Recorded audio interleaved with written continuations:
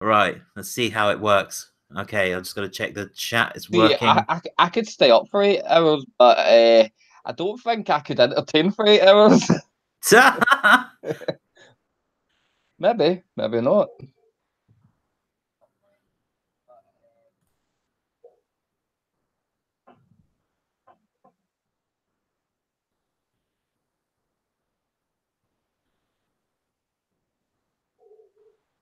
Right, so I can see myself on the telly. Yeah, I can see you now on YouTube interface. But yeah, let's hope this is gonna be really good fun. Let's do Aye, this, certainly. man. Okay, right. Hello everybody on YouTube. My name is Retrodude. I'd like to introduce you to a special guest. This is my first collaboration video in 2018. Wow, I'm so happy to bring on this awesome guest. He's called Nintendo Playstation, also known as is it Robert Dickson or Dickson Robert? Does it Rob, matter? Robert Dickson. Robert Dickson, that's it. Yeah, he's the guy. He has a YouTube channel called Nintendo Playstation. Uplay, was it Nintendo Switch games and Sony stuff, isn't it? Yeah. Primarily Nintendo Switch, PlayStation 4 right now. But I do plan to probably expand on. Excellent stuff. Yeah. Oh, and Vecco says hi. Yeah, he's one of my awesome subscribers. All right, man. All right. Yeah. Okay. Right. I'll start. I'm gonna get my phone up, so I've got some questions I want to ask you and stuff. Guys, All if you good, want to man. find his YouTube channel, it is links in the description as well. So give him, go and sub to him if you can. You know, he deserves all the subs he get. He's very talented.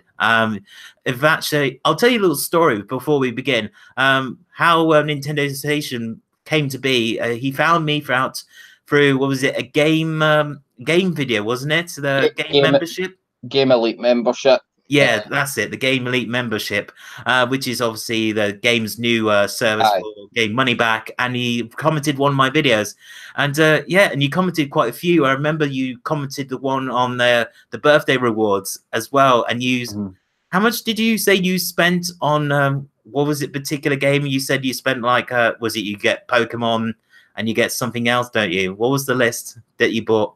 I've purchased. I've got a few games for pre-order right now. I've got the Pokemon Nintendo Switch bundle, Pikachu edition. Cool. Uh, that's £319 I have to pay for that because it was £20 deposit. Right. I've also got the Pokeball Plus bundle of Pokemon Let's Go Oh. Pikachu and Pokemon Let's Go Eevee. Oh wow, yeah, that's gonna be fun. Oh, that's not long. November 16th, is that right? Yeah, yeah, they'll do out very soon. Another pretty much another fortnight for now. They'll do out. Wow. I've pre-ordered Spyro the Dragon Reignited Trilogy, and I've pre-ordered Smash Brothers Ultimate Edition. Cool. Wow. That's great. Yeah, that's really all. That's really cool. I think I remember when I bought the Game Leap membership, I bought like a lot of Nintendo Switch games. I can't remember which one was it. Gunvolt was one of them. The Mm. collection. I thought that was a really good game. I really enjoyed because that was originally on the 3DS, and Mm. now it's on the Nintendo Switch, which is a good value. You get two games in one basically, which is really cool. And what was it? I bought Mario versus is it Mario Rabbit's Kingdom Battle? Mario plus Rabbids. Mario plus Rabbits, and you got that game as well because that is amazing. Oh, Aye. Becco says, "Hey Nintendo, can you tell us about your favorite game?" Oh, that's a really good question. So I'll hand that over to you. My favourite game. Oh, well, if it had to be my favourite game on the Sega Mega Drive, it would have to be Sonic. If it was the PlayStation, it would have to be choice between Spyro the Dragon and Crash Bandicoot. Nice, And nice. if it was Nintendo, oh, Oh, that's a hard one. I see. Years ago, I would have said Mario. Nowadays, I have to say Pokemon.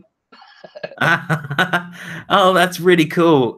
Yeah, my favorite game has to be Metal Gear Solid for a lot of reasons. You know that because I played that game recently because I love Hideo Kojima's work and I thought he's an absolute genius. It was a Uh, fantastic stream, bud. yeah, thanks. I really enjoyed that. Playing that game again against Vulcan Raven in a tank, and then doing it when he had that huge Gatling gun. It was so funny when he just trips over mines, and I just went, oh, I don't have to forget Nikita launcher out just to Aye. defeat him. And he just went, bang, bang, bang, and he just, David Hayter, if you're watching this, you're my hero, dude. So let's chat. Yeah, apparently, well, a lot of people said on my Facebook group, I've signed up to the Metal Gear fan club, and they all want David Hayter to play Solid Snake. And I said, I totally agree with you because he's perfect for the part. Who Aye. else? Who else would play Solid Snake though?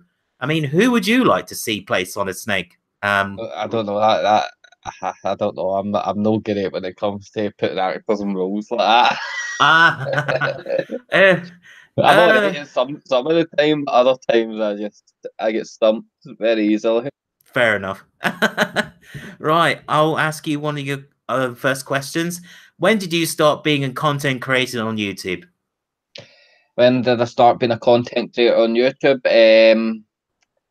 Well, I started about a year or two ago. In that, Cool. I had a personal YouTube account before that. I'm barely going to use that now because I'll be spending time on this channel. But Mm. I had a personal account to interact with YouTube creators and that in their comment sections and that. Wow, that's cool. And basically, after a while in that, I started thinking, right, I'm enjoying my games. I'm wanting to start a channel. So Mm. I decided about 2 years ago or a year ago, whatever, I would open up a new channel and name it something that Hmm. resonates with me. And that Nintendo Switch had no longer come out. It was primarily just for uh, live streaming from the PlayStation 4. Yeah. So it was called before that. It was called for God's sakes, man. Give me a wee second. It was called before that Hmm. my PlayStation ID, which is GTA Guy 51 Nice. That's space really cool. space PlayStation. So it's people Mm. know that I'm on the PlayStation. That's primarily what the channel's for. But Wow. when the Nintendo Switch came out, I renamed it Nintendo PlayStation. Because you got the prototype name and you decided to keep that name for your channel. I think that's really Yeah, cool. You know what the funny thing is? I noticed when I searched for your channel name, it came up 2 Nintendo yeah, PlayStation accounts, and I did the same with my Retrodude account. And there's like 3 million same Retrodude accounts, but they're yeah, all done it very differently. But I still like the name, because it's all about retro, and I like yours because it's about Nintendo yeah. PlayStation. You actually play Nintendo and PlayStation games, which makes sense in a way. And We had a question from Venko says, what do you guys think about Sonic Mania? Sonic Mania is probably the greatest game that Christian Whitehead yeah, has ever done. The fact he basically took the concept from original Sonic and then all the other Sonic games, and then he just mixed them, and just changed the aesthetics. It's he really did. quite cool. He did. He's a loyal Sonic fan. Uh, he's so loyal that he decided to create his own engine Yeah. to make his fan games Yes. as true as possible to the Sonic 2D lore. And Mm-hmm. it was that popular that Sega went towards them to basically, well, he went towards Sega and basically said, "I'm running Sonic CD on my iPhone." Oh yeah, exactly. Yeah. Something something Mm. that Sega never thought was possible, and that's Sega hired him to use his engine to put other games on iOS devices. Yeah, the funny thing about that was Sega were actually originally going to sue Christian Whitehead, didn't they? But they Mm, brought him on board to say, "Come and yeah, work for us." Unlike Nintendo will just say, if you try to alter our works, we'll take you to court, which is a really yeah. weird mindset for a Nintendo in this day and age. I don't know why they can't embrace fan-made projects. Like, do you remember that Metroid one that was taken down? What was that Metroid game called? Do you know what it's called? But one guy created a Metroid game on the website, and then Nintendo just sent him a lawsuit. And yeah, it's the same as Pokemon games, Pokemon Uranium, and all the other ones taken down as well because, well, Nintendo being Nintendo. Yeah, typical Nintendo. Oh, I like to say everyone in chat, we got on Nintendo. Hi, on Nintendo. How you doing, mate? Right. I'll tell you how I started being a content creator as like I give you, and then is that okay? We do that sort of back and forth thing? That's fine. Yeah, that's cool. How I started being a content creator, I watched the Angry Video Game Nerd. I still watch his shows. You know, they're so much fun. The Cinemassacre. So, guys, if you want to go and support Jim Rolfe, that's his name, and Jim Rolfe is really cool, and I think he's a really good guy. And the fact he's got 2 kids now is he should be proud father as well. And yeah, he still makes great content. I like the ones he does Halloween episodes every year. I always watch them. You know, like the old 70s, 60s, 70s horror movies. He does awesome reviews about them, and I like them in a way. And that's how I came to be. Well, for me, my channel was I decided to influence heavy metal music with Bill and Ted and Wayne's World, and that's how I became Retrodude. Yes, so I just like the dude aspect, you know, like the surfer lingo, you know, sort of thing, like you watch on the 80s. Hey, dude. And influencing 80s video games like, whoa, gnarly moves, dude, sort of thing. Yeah, like, whoa, Tony Burgess, dude. I know, I still have this 80s mode. Whenever I play video games, particularly. When you totally bogus, that reminded me of Bill and Ted, man. Fantastic movie franchise. Oh yeah, I like the one where they go to a medieval medieval scene. They go like they see a knight and they say, "Hey, let's play some heavy metal." Yeah. Oh man, that is so funny. Okay, right. Onward to the next question. What is your favorite memories of the 80s/90s? What is my favorite memories? Yes. Like was it like a cartoon show that you used to watch that really that you liked? Was it the movies that you like, or playing video games, anything like that? You know, do you have any favorite memories from that sort of time period? Quite a few. Some of my favorite memories were getting in from school to watch Pokemon. Cool. That was as the news was pronouncing back then, Pokemania. Oh yes, everybody was into it. Also, playing the Sega Mega Drive, my sister and that, and my sister cracking up because I was too busy running about Sonic. But I collect every coin in the level before I went to the goal. Oh, that's really good, dude. That's really insightful. My favorite memory from the 80s and 90s was I used to watch a lot of Teenage Mutant Ninja Turtles back in the day. Wow. And watching so many awesome cartoon shows. I remember, was it Vindicators? Is it Vindicators? Do you remember that one? The one with the holographic bodies. So. I never really watched it, but I've seen a couple of teasers for it. Yeah. Oh yeah, another favorite memory I'll never forget, and I'm still reminiscing on the old days. I get nostalgia tears when I even said the name is BattleTech. That was a really good cartoon show, and it only lasted 13 episodes, which I was quite sad about when it was ending. You know, it was a really good story. You know, like Somerset versus Strikers. I think I've seen a couple episodes of that. Yeah, it's got a really good intro opening, and I always keep replaying that intro opening because it's so epic. You know, it gets you psyched up to watch the cartoon show. And that cartoon show was actually quite revolutionary with its computer graphics animation, which was so weirdly awesome back in the early developments from Tron, and then it came to BattleTech was just a huge step in technology feat. Was absolutely outstanding to see. That's the thing. Back in the early 80s, 90s, and that they were taking care where their animation was considered. They were taking care where their games were considered. They were making them good. Yeah. And we hit the new millennium and that, and everything goes in the cheap.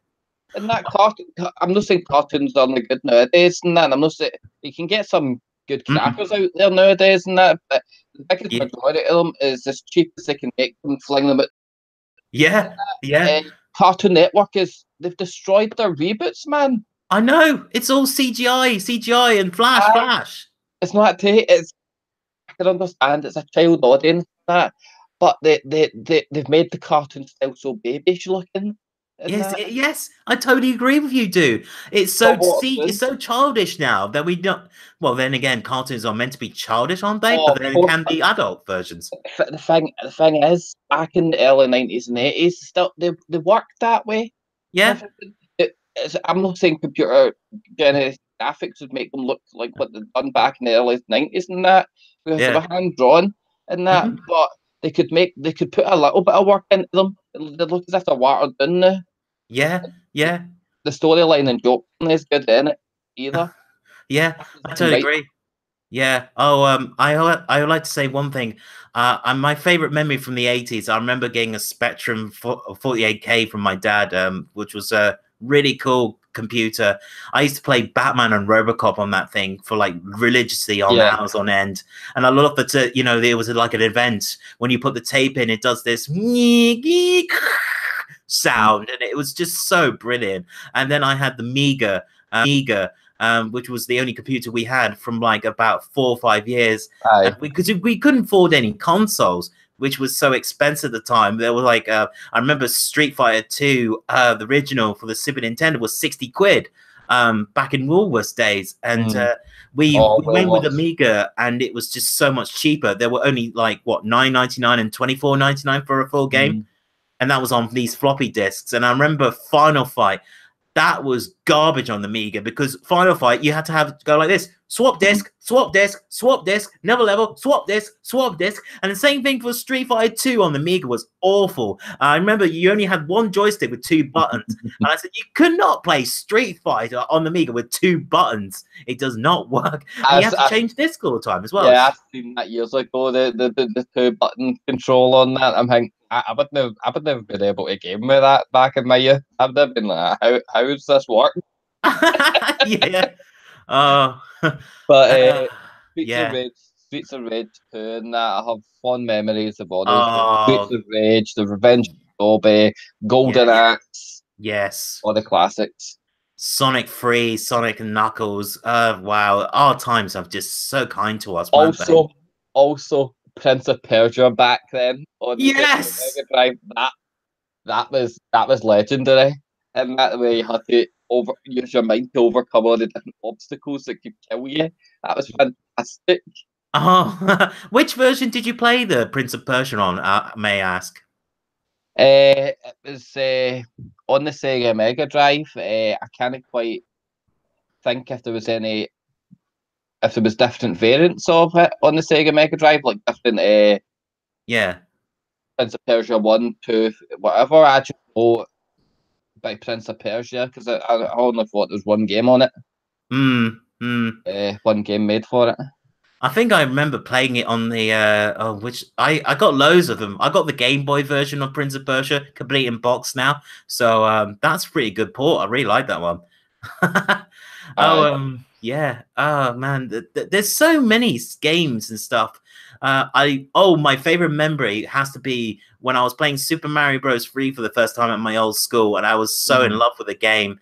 The music was such enchanting and energetic and beautiful. The way it was composed, that it went into your ears, and then you had this retina image, and you got this recording brain saying, once I switch on the NES, I instantly know what the music's going to be. It's just timeless, and the graphics were really good. Did you know about an interesting fact about this Super Mario 3? They used extra RAM in the cartridge to actually make those graphics. They couldn't do it originally before. That's how amazing Nintendo were. Wow. Yeah, it's amazing, isn't it? It's the same as Pokemon. See, Pokemon Gold, Silver, and Crystal and that. Pokemon Gold, Silver, and Crystal and that. They turn it to Nintendo headquarters and that to show their work. Yeah. And Nintendo looked at it and that, and basically, it was Shigeru Iwata that walked in and said, right, I'm going to help you with the game because the game's due out at this period of time that you are behind in work and that, and we could make this better on that. I've got a good idea that we can basically compress the graphics in the cartridge, and we can put the whole of Kanto in it as well. Yes. And that's what they've done. They put Kanto in it as a post game. That was their very, very first ever post game for Pokemon. Wow. After you can conquer the Elite Four, you can go to Kanto. Oh wow, that's so cool. Oh man. Right. We'll go on to the next question is, what is your favorite gaming company and why you like them? And I know the first two you're going to say is easy, isn't it? My favorite gaming company would have to be, well, as you said, first two, Nintendo and Sony. But I would have said a lot of third-party gaming companies were in that bracket as well, where I could say that they're my favourites compared to other AAA gaming companies. But right now, none of them have actually got my vote on them because they're too busy flooding their games with microtransactions and loot boxes. And quite frankly, it's a touchy subject for some people. Some people support it, but this is my opinion, and take it with a grain of salt. In that, you don't have to like me for my opinion. You don't have to hate me for my opinion. It's my opinion. Yeah, of course, you're entitled to opinion. I respect your opinion. You respect mine. But basically, loot boxes in general, they used to be okay. They weren't as intrusive. They destroy the gameplay experience completely. But nowadays, game companies are focusing more on the loot boxes before is the game fun? Is it as fun as it was back in the PlayStation 2 days or the PlayStation 3 days even? The PlayStation 3 days is when it all started with the whole we'll sell you more content thing. But I didn't mind buying downloadable content for a one-up price. But when they put this downloadable content in a box and you buy credits to buy said box and they're telling you you might get what you want. Really? Or they put content in the game. Like Grand Theft Auto 5 for talking about, that was fantastic when it first came at Grand Theft Auto Online. But nowadays it's, well, do you want this? Well, you need to buy said before you can buy this. You want to upgrade this? Well, you need to buy said before you can upgrade this. And you're thinking, you're just trying to get me to buy shark cards, dude. Exactly. This is exactly what Dreamcast Guy said in his recent video about DLC and microtransactions and rant. These companies that prey on us to go through our wallets and empty our change just to get some cosmetic stuff which doesn't change or alter the gameplay, and you go like, why am I bothering giving you money? I mean, just give me the game at 50 quid and I'm happy. But Capcom used to do this stuff before. They did it with the Capcom beat 'em up games on the PS3 and Xbox. I remember they locked it behind a paywall, and Angry Joe did this very awesome rant a couple of years ago. He was talking about this as well. Was it Marvel vs. Capcom games? They were very notorious for microtransactions, and I just said I can't support that. But I love Capcom as a company. They are still a great company in my eyes, but there's sometimes when they do strange stuff like, with the Mega Man game, what was it? The Mega Man Legacy Collection. The American audiences got the physical copy, but us poor Brits got the download version, which I'm going like, Capcom, wake up. Where's the physical goods? I mean, I would love to go get an import from America, but it's like $80. And I just go like, and you get the actual 30th anniversary booklet or something like that. I can't remember, but you got a little screen protector. And the only one company I really do still despise to this day is EA. for a good reason, because they are still implementing loot boxes, and the Belgian government have launched a new the new law that prohibits, if you put loot boxes in your games, you get 2 years imprisonment.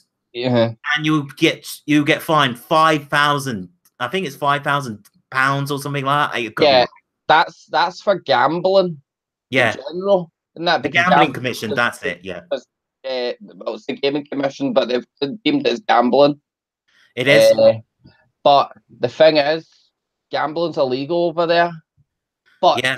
see the penalties. The penalties get doubled. Yes. Minors are in, if minors are involved. I Which know. they are, because FIFA is for everyone.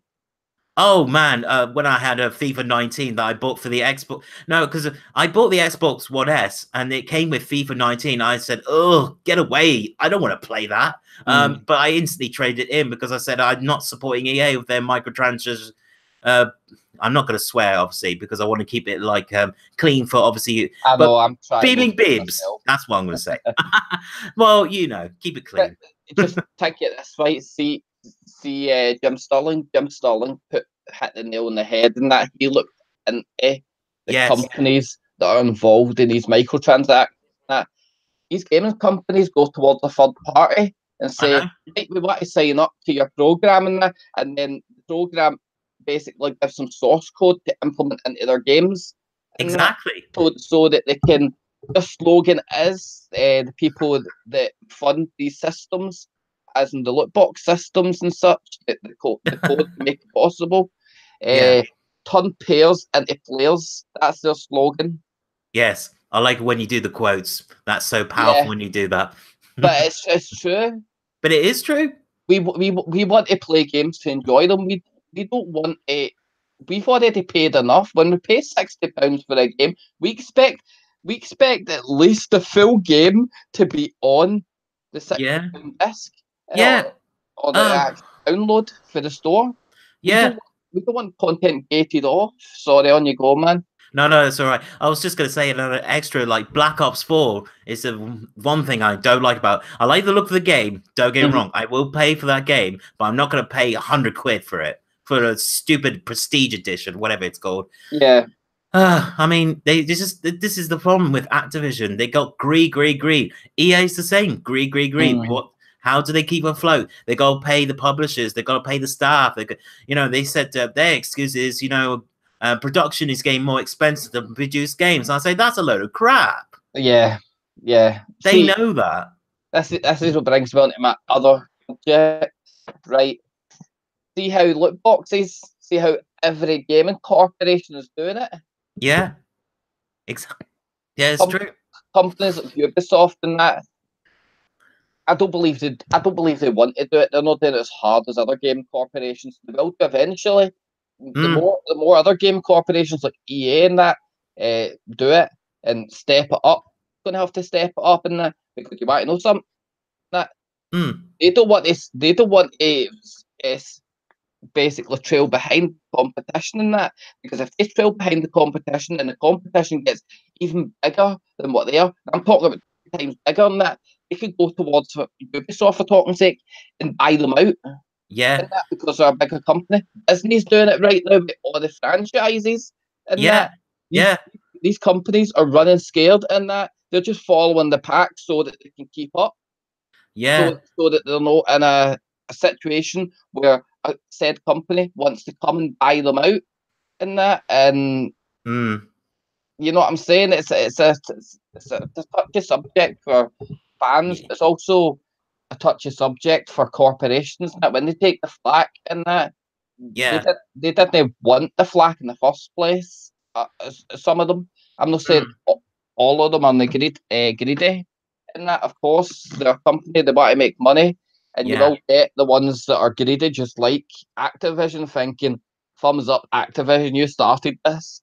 But you'll get a lot of them that will basically think, we just want to make good games, but they need to implement this stuff to keep up with the pack and make as much money as there, so that they can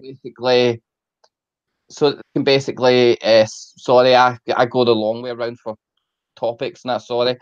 That's all right. long story short, so they can keep up with the pack and so that they don't get bought out and layoffs happen and such. Yeah. Do you remember EA? They were flagged before. They were shot down by Disney because Disney didn't like the way they handled their microtransactions.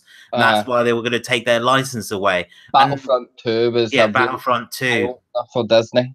Yeah, and I'm not surprised the Mickey Mouse Corporation would say that because they are a kid-friendly company and they want to keep their image and they don't want to be associated with a publisher or a developer who basically wants to prey on young minds to empty up to get their parents' credit card and put in this money and go like, no wonder the parents are in debt because they blame the game people who make the game so addictive. And the thing is, basically, Disney went towards him and says, we're just starting to build up the Star Wars franchise again. Just to build it up, you're tearing it down. Exactly. Yeah. I mean, every company does their bad stuff to weave in their stuff. I think the Ubisoft guy recently was I forgot the name, the dude, Review Tech talked about him. I can't remember his name. What's his name? But he was saying he was defending microtransactions, and I was just like going, really? This is a corporate talk saying we want your money and we're going to protect our microtransactions so we can prey on young minds and then and ruin their mental health for life? Certainly. It's not a couple of people like Review Tech USA, Spawnwave. I don't know about Spawnwave if he's covered it, but I know people like Review Tech USA and a few other people have covered it. Some people in America have actually become in debt from it, and that they've actually for talking sake, there was a story about a boy, a young guy, about 28 or something. I don't know what age he was. So just roughly 28. That's basically legal enough for a bank card and everything. Have you in money? But basically, he had been playing Madden for over a year, and he'd spent over $18,000 on it. That's a lot. that was for Ultimate Team. Now, their version of loot boxes. Yeah. Just as FIFA has Ultimate Team, and basically he said that basically he had a gambling addiction in that, and he got away from gambling, and just as he got away from gambling, games started implementing systems that were just like gambling. This is what I'm worried about in the future, Robert. You know, if they do this with the PS5 and the next Xbox or whatever that's going to be called, if they're going to keep on doing microtransactions, I don't know about you, I might give up gaming if they keep on doing this because there's something I can't afford. If they do it on single player games, I'll be well pissed. I don't know about you, but you know, we pay our money is in their hands. Just give us a game, we'll play it for you. Yeah. I don't really play for online though with consoles. I don't know why, because the Nintendo Switch is better deal for me personally. I don't know about you because you're going to get to play NES games, you know, and they get updated. I mean, what does Sony do? In terms of, I mean, I know you get PlayStation Plus, you get discounts and stuff, which is quite good, as I suppose, in certain aspects. But I'm starting to like now the Xbox. I don't know why. Xbox has a lot of games I want to play, and I will put money towards it. Even though you could play the original Xbox games and Xbox 360s on Xbox One. I mean, Sony. I'm hoping Sony, fingers crossed, and I'm hoping you're probably going to think the same. Backwards compatibility has to be a thing in the next consoles. If they don't implement PS1, 2, 3, and 4. There's no point buying the console. Certainly. See, I don't know what happened to Sony. They dropped the ball, man. They came running into the gates with backward compatibility. Obviously, Nintendo done it first, but they out of Microsoft and Sony, they came running into the gates with backward compatibility. PlayStation 3, you can play your backward compatibility games. Yes, and then after the next couple of iterations of the PlayStation 3 that came out, different hard drive sizes and that, gone. In the next generation, you think, right, we know Microsoft's going to be doing backwards compatibility. PlayStation's going to come in with backwards compatibility too. No, Yeah. they came in with the PlayStation. What's the term? PlayStation Now service. PlayStation Now service telling you, oh, it's backwards compatibility. That's our version of backwards compatibility. But then the Xbox something with Games Pass, it's so much better. I know.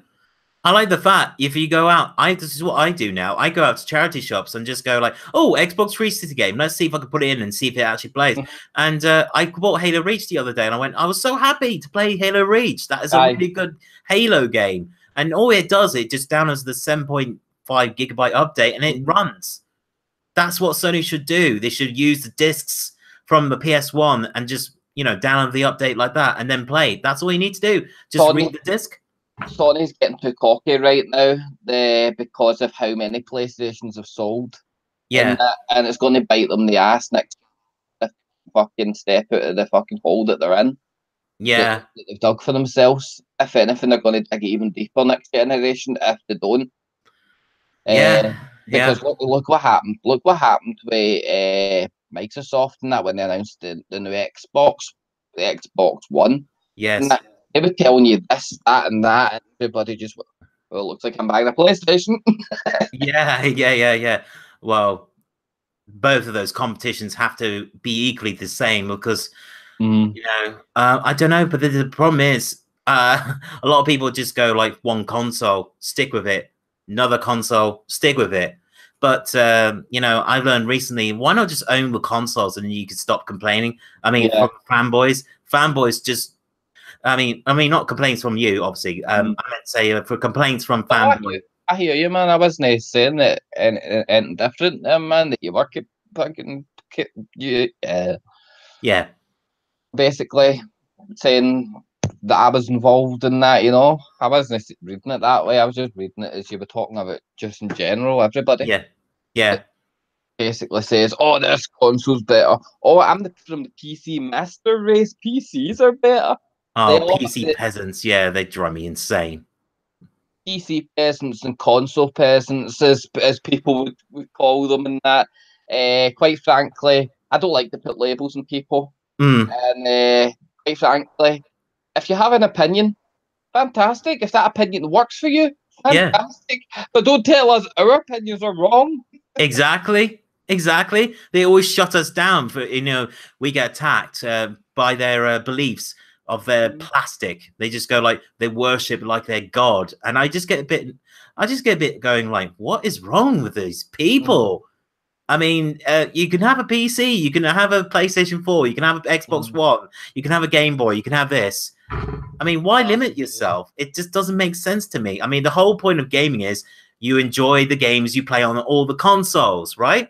See, the thing is, many people ask the question, why is it that basically we pay for a service on PlayStation in order to play online gaming? And that, again, the reason is because console manufacturers like Sony, Microsoft, and even now Nintendo sees it as a service. Yes. And that they see being online as a service and everything. Yeah. We understand that as much. Well, the ones that think about it and that, they've got to think about it this way as it's not an open and shut case. Of course, there's going to be people that will argue against me, but I can see it as being a service, and I can see why they're doing it. And that they've got to basically cover their asses and that. Competitors like Steam, for talking's sake, they don't have like all sorts of different hidden costs, like how much it costs for the discs to put the games on. All these different hidden costs, and that Steam's server room must be fucking huge. Oh, sorry about my swearing. No, that's fine. Must be huge. And Sony has to charge for that service and that, because their server capacity must be minute compared to Steam's. Yes. And that.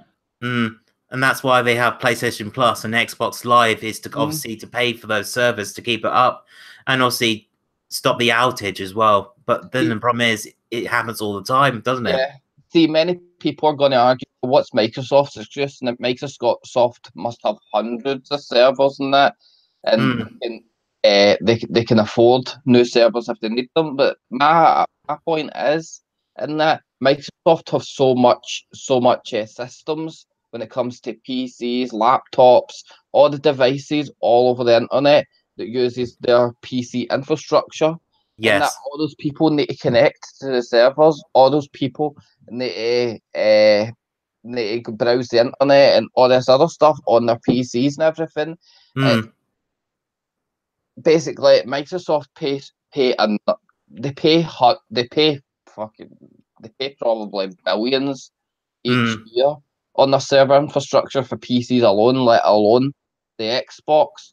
So, in order to make their servers better, and that they're wanting to basically turn it into a service, really, in that, in order to make the Xbox infrastructure better on that. Because if the problem if we're spending enough money here, there's a lot more costs involved in running the business than buying new servers. Yeah, exactly. Yeah. It's not straightforward as people make it out to be. That's my point. Yeah.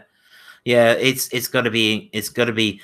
I've seen a lot of complaints, especially from Nintendo fans, saying, "Why is my games going to be online now? I'm not paying for this service just to play Splatoon or 2 online." Mm-hmm. And I was just ready to say to these people, "You knew this was coming. They delayed it 1 year because they were trying to implement it correctly." And I'm glad they delayed it, because if they rushed it, a lot of people like myself would have been, "Wait, Nintendo, what the heck's going on here?" You know? Don't rush these things. Nintendo with a Nintendo Switch, revolutionary device, fantastic. If you don't own one, got to get one. Yeah, and I own one. So guys, go and get a Nintendo Switch. It's Ace for Doom 2016. Have you ever played that? I've not played that one yet, no, but that's the one by Panic Button. They also did the Rocket League games as well, and now they're going to do Doom 2 as well, internal for Nintendo Switch as well. They're a fantastic company. That. I'm going to need to buy Doom, in fact, for the Switch and that. Yeah, go on that. I've never I played Doom before, but it was back in the PlayStation 1 days. You know what I mean? It was Yeah. that type of Doom. Yeah, I used to play that a lot, Doom, and it had a really good soundtrack, didn't it, compared to the PC version? But the PC version is obviously superior, isn't it? Mm-hmm. But yeah, the way they did the soundtrack of Doom was so murky and scary and dark, and I like the fact that it was going like, yeah, you know, they used these awesome synths just to make the sound so creepy, and it made me scared when I was playing that game, and that's how it should be. Right, we're going to move on to the next question. Is that okay? Right. What kind of content do you make on YouTube? Obviously for your channel. Well, it's in the title, PlayStation and Nintendo content. But I like to play. I'll elaborate on that further. I like to play action adventure games. I also like to play a few shoot 'em ups from time to time. Awesome. Don't think I'm going to be good at playing shoot 'em up online. I'm not as good with the fast-paced shooting when it comes to fighting with other players online in these shooting games and that. But play an action adventure game of that online, and I'll probably be fantastic about it. Nice. But action adventure, I like some horror franchise games as well, like Resident Evil and such. They're quite good. Yeah. All those different genres of games you can expect to see on my channel, primarily action and adventure. And I like some indie titles as well, as you've seen Retrodude. Yeah. I like the one you did. Was it Oxenfree? Is it called? Oxenfree is fantastic. I highly recommend that game. Yeah, that looks a visually beautiful game, and that's on the Nintendo Switch as well, isn't it? Incredible. Yeah, that's what I'm saying. I don't even think Oxenfree is on the PlayStation or Xbox, just on the Switch, as far as I know. but it's also on Steam. You can play it on Steam as well. Do you have an Xbox? I forgot to ask you. No, I don't. No, you don't. My mum has an Xbox 360 in the room. She's barely even used it, but I was telling her I'll help her set it up and that, and she can. Right. Yeah, that's a great console. I like the Xbox 360. It's not the first one that came out that had the soldering issue and it bricked their consoles. The Elite version was my favorite because it fixed all the issues from the original console. Oh, that's how I didn't have a 360 and that. The red ring sold it for me. I'm thinking, nah, I'm not buying it. Oh, I remember seeing YouTubers. There was tips about how to cool the thing down. Is get a wet towel and cover the vent thing, and I just went, no, really, don't do that. And yeah, they did weird techniques, and you got to take out the hard drive and put it back in with a new one. Apparently, it did something. I don't know. It's just apparently that was just a temporary fix, and eventually you'd ring of death back again. I heard the GameStop initiating that practice in their stores, buying consoles in like that, and then doing that. Yeah. And people were basically it caused an uproar because people were taking their consoles back, and they'd been swindled out of money basically because the warranty had ran out. Oh, yeah. So GameStop had to squash that practice. But I'm not saying that over in the UK that our game corporations are any better than that. They've made fucking dumb mistakes too. Yeah. So basically, you're playing mainly Nintendo and PlayStation games, and you play Life is Strange recently, didn't you? Yeah. Life is Strange. I've still to complete that. Also, Mario & Rabbids Kingdom Battle and that. I've still to get back onto that as well. The thing is, I've been looking at the last two videos I made of Mario & Rabbids Kingdom Battle, and I'm thinking, God, Right. that's dead choppy looking. But when I start playing it again, you should have better quality. Because well, I've made sure that my streams are much better now. As you've seen, Retrodude and that. Used to be when I started streaming and that, it wasn't the prettiest things to watch. Yeah. But my most recent live stream that you take part in, Life is Strange, part 3, I think it was. Right. Seen the quality difference yourself? Yeah, the quality I saw your recent stream was absolutely huge improvement. I remember, what was it? And when you first played Oxenfree, I said I couldn't hear your voice, and you took that feedback on board, and I'm glad. Oh, certainly. That was really good of you because you understood off. Yeah, we were trying to go, I can't hear you, but then we heard you better when you turned up the volume. Constructive criticism. And then I was speaking to Retrodude in one of my live streams, telling them how I can relate to when people copycat his work. It's not cool. Do not yes, obviously plagiarize if you guys don't know. Yeah. Do not copycat anybody.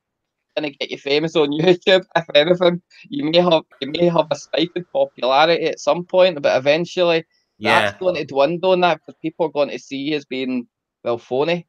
Or if they don't realize you're copying somebody else's work, they're going to see somebody else. Like that you're copying, and they're going to think, well, that person's just copied them. Yeah. And eventually, you're going to lose subscribers. You're going to bleed subscribers. Be original. Do your own stuff. Yeah, exactly. That brings. Sorry, on you go, man. Sorry, you go first.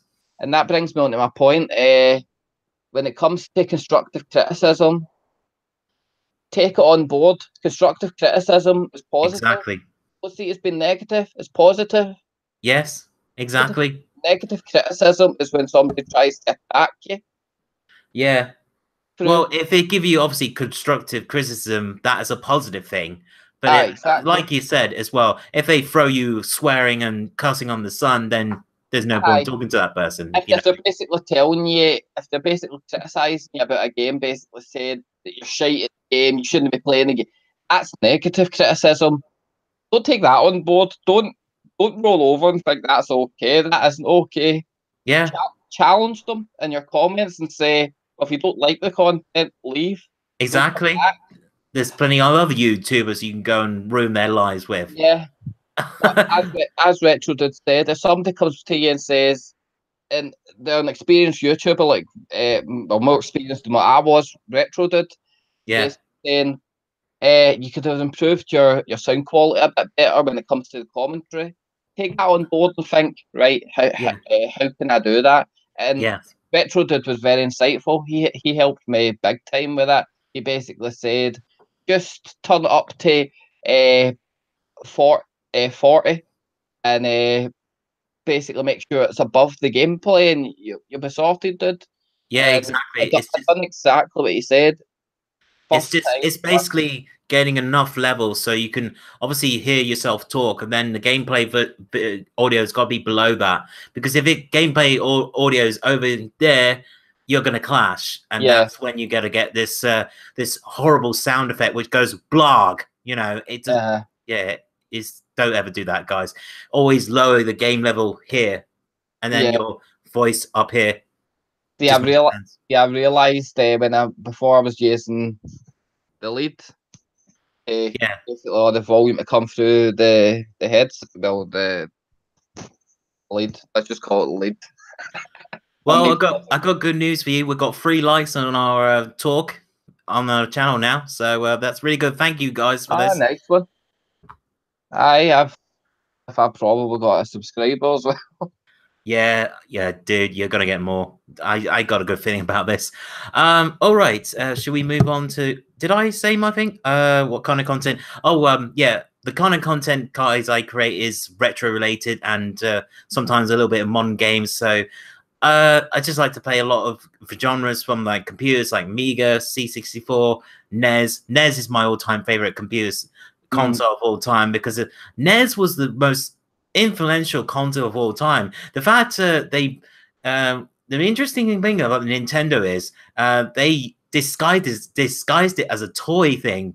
Not as a video game console, which was really revolutionary of way of marketing the thing. I thought that was an absolute genius on Nintendo. Did you know that? Nintendo, an entertainment system? You talk about Rob the Robot? Yes. Yeah, I heard about that. Obviously, I never had a Nintendo entertainment system. I was a Sega guy back then, but it didn't mean I liked either or. I liked both. I liked both companies back then. Just my mum only had enough money to buy me one or the other, so I chose the Sega Mega Drive. Oh, dude, nice. The people viewing this for America, over in the States, as you'll probably have heard for a lot of different other British YouTubers, over in the States, the Super Nintendo was more popular over there, but over here in the United Kingdom, most people had a Sega Mega Drive. The majority had the Sega Mega Drive. You still had people buying the Super Nintendo, but because Sega got here first, it's the same in America, because Nintendo got there first. Exactly. Yeah. It was what was it, the market crash of 1983 that happened, isn't it? Yeah. When the Atari 2600 was pumping out bad quality control of their games. See, that's Nintendo saved us, really. Well, that's the thing. Over here in the United Kingdom and that, we still had quite a few gaming options. Yes. Other than just Atari. And that over in America, that was pretty much their only choice really was Atari back then. Yeah. The ColecoVision and all that lot, yes. Over here we had the I can't remember the names of them, but basically there's a YouTuber that I watched that basically optimized it. What's his name again? Top Hat Gaming Man. Oh yes, he's the one that exposed CX in a lot of his channels. I wouldn't known about it if he mentioned it. You see?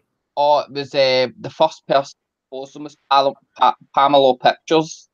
Pamela Pictures done an investigative story about them, and that because he'd started realizing this practice, and Top Hat Gaming Man found him, and then you found Top Hat Gaming Man. And it's the same as me. I didn't know Pamela Pictures either. I found it through Top Hat Gaming Man as well. Yeah.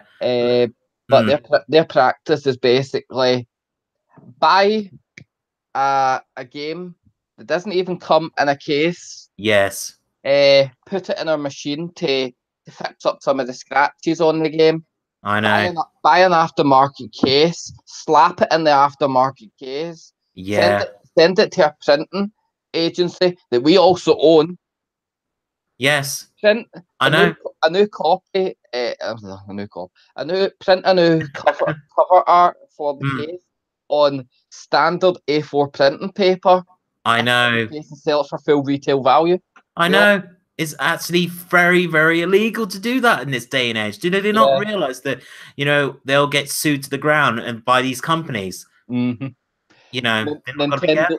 Nintendo sued Blockbuster, a dying Blockbuster in the States, but I think they were. But in the United Kingdom, Blockbuster died because of Netflix and that. But that's another story. What I'm referring to is they started a game sale. They started renting out games, and because people kept stealing the game manuals, they decided to print the game manuals and put the prints into the case. So if they decided to sell the game, they could sell the game as a complete in box. I know. Nintendo sued them. Nintendo was like, we didn't give permission to print our intellectual property. Exactly, that's what the copyright symbol is. Yeah, it's trademark. It doesn't matter. It doesn't matter whether it's a public copy of a game, but somebody renting it to you.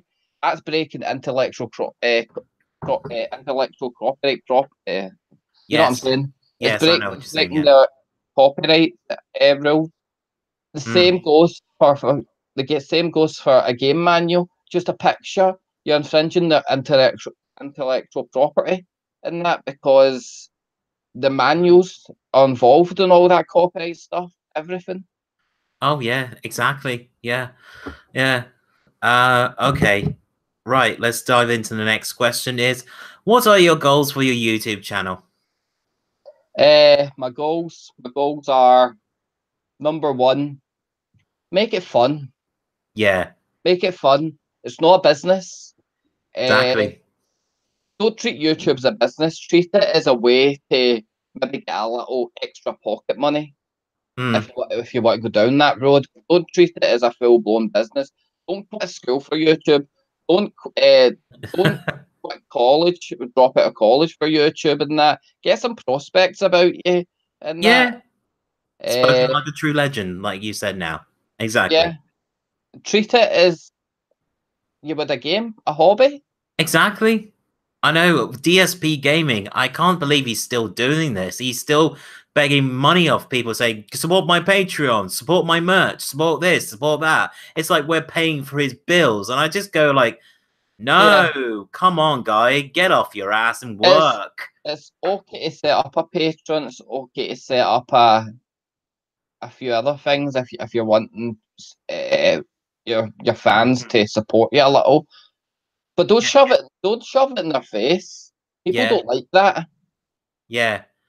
I mean, obviously, I totally agree with you. If set up the Patreon the right way, like put some goals and give them something back, because then that way you're pleasing the fans. But obviously, don't use Patreon to feed your money in your wallet. Which number one, if you're gonna join somebody's Patreon and give them money in that, make sure they're doing it for the right reasons and that. Exactly. Just look at the Philip DeFranco fiasco that's happened right now. And oh yes, I know this. Yeah, I don't even need to say anything about Philip DeFranco. I don't want to badmouth the guy and everything. I don't know the guy. Was that the Better Health service, right? Yeah.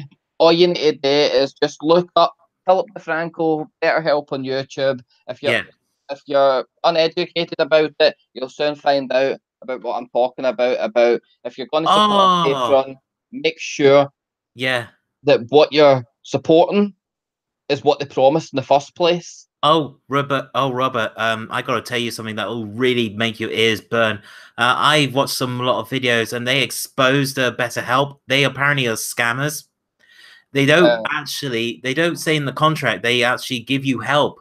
There were like two mental health patients said, I didn't get any help. I didn't get any professional help. Why am I paying $60 to $80? And if I'm not getting help, but then I will say to them is just go to your local psychologist, because if you sign up to NHS service, they'll give you a psychologist for free. Why pay daft money for no service? And I don't like when people get scammed and conned in this day and age. Thing is, but BetterHelp will still succeed in that, because in the States they get charged for everything from healthcare to actually meeting with psychologists and such. They get charged for that.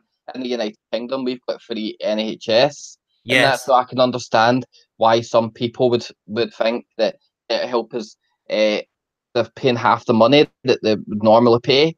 It's a very inviting prospect in that. BetterHelp basically has covered their bases and different people. And number one is this guy, the founder of BetterHelp. Oh yes. BetterHelp is just one of the scams involved in. He's been involved in many. He started up one company, and then when people started finding out about it, he shut it down, and then he started up another one. He's been scamming people for ages, apparently. I can't remember the YouTuber's name, but you're going to get a lot of that for me. But people I don't follow, obviously, good reason that I don't know their name, but or kind of quite place them. But anyway, somebody done a background search on this so-called founder, and supposedly he started up things and then shut them down a couple of years later on that, because he's made enough money from it and started up a new one off the money he's made. Right. And Philip DeFranco, as I said, just look him up. But there's only one thing I'm going to say about this is the funding for his Patreon was for a news network, an independent news network that basically doesn't try to push his agenda on you to make you think like he thinks. It was to basically give you the information to come to a conclusion yourself, literally. Then it went from that to being a subscription service, and that where he's providing a service, and that he's going to give you like one or two videos every so often or whatever else, and that, and he's going to basically provide you with merchandise and that and everything. It's a service, and that it's not an independent news network anymore. It's a service. Then it went from that to him being exposed with BetterHelp, that primarily his ad agency that was plumbed into every other YouTube content creator's referral links for BetterHelp. He was getting a cut for that. Boogie 299A or whatever. I can't remember. They got paid apparently what, $2,000 for the sponsorship deal, didn't they? Is that right? I don't know. That's what I heard. Apparently, probably so. But Boogie and all these other ones were getting scammed, as well as the Patreon backers. He basically turned a Patreon. It was meant to be for an independent news network to creating an ad agency. And people would fund an independent news network for YouTube news. But if you tell people, I'm wanting you to fund my Patreon and that, because I want to start up an ad agency, no one likes ads. Nobody support you if you're saying you want to set up an ad agency. That's you're not going to get anything for that. That's for your game. Yeah, I know. Especially with YouTube ads, you know, they showed different ads. I saw one YouTuber that they had a perfect ad as it was Nintendo, because it was Nintendo related. I'm glad YouTube's getting better now with their ad system, because that's the whole point, you know. But apparently they changed their policy, was it last year, isn't it? They were saying like you had to get to 1,000 subs, which is very difficult for a lot of people to get up to. I mean, I'm not expecting to get 1,000 subs.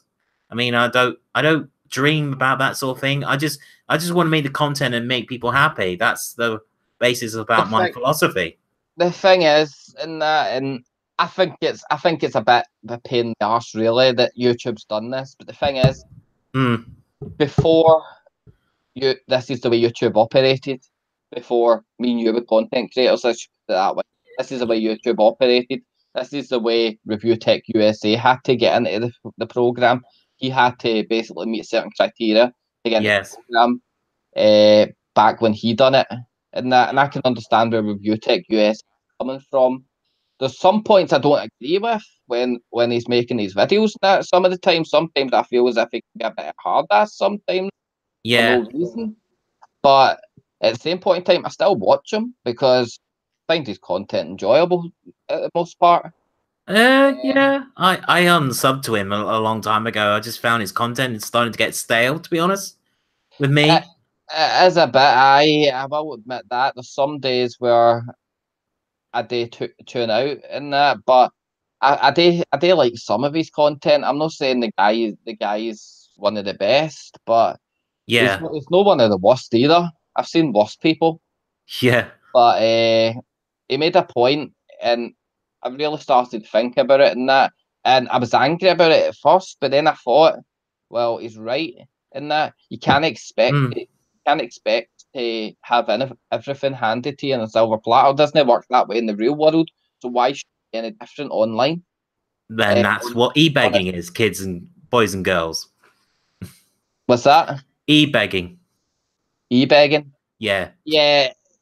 E-begging, I don't stand for that and everything. It goes to the same point as basically my stance on copycatting and that. You're not going to get anywhere if you're basically begging people for sub for sub, or basically begging people for to basically join your Patreon or comment and subscribe.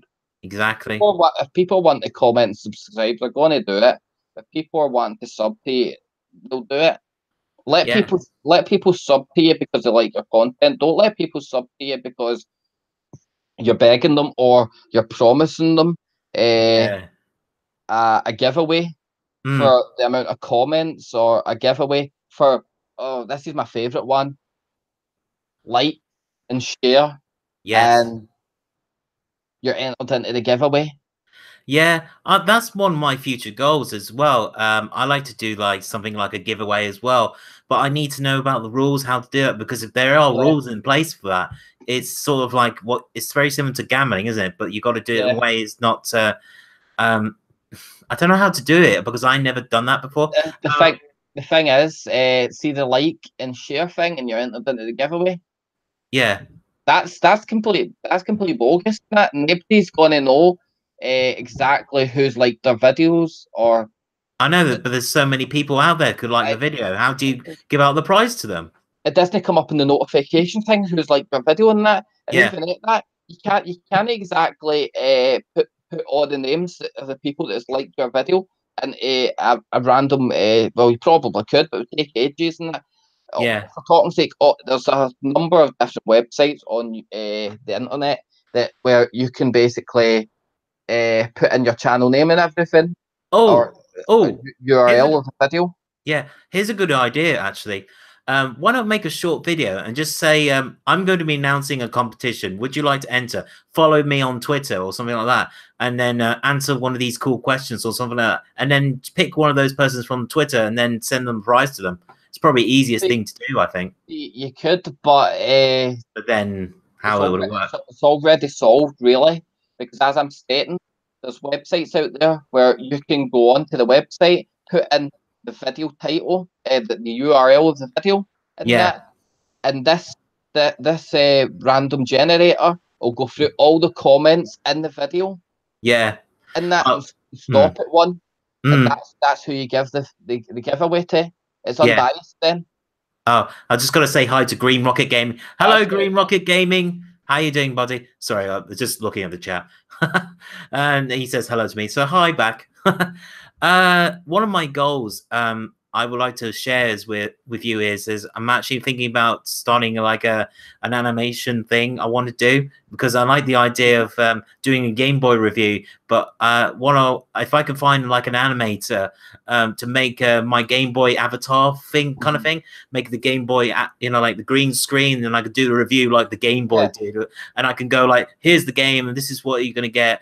I just like the idea of that, you know, like a little short video reviews, but done really well in animation. Because that's one of my biggest things I love is animation. For me, I grew up with Disney and Beatles, the Other Submarine, all that.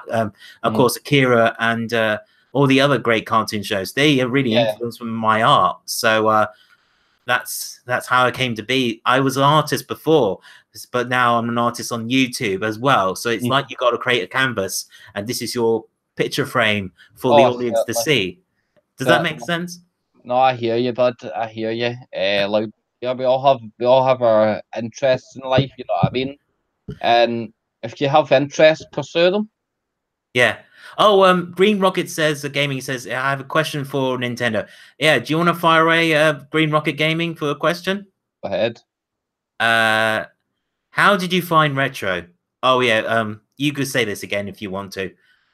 How I found Retro was, one, I went to Game. I purchased a game from a Game. That's the equivalent of, for people in America, that's the equivalent of GameStop in the United States, here in the United Kingdom.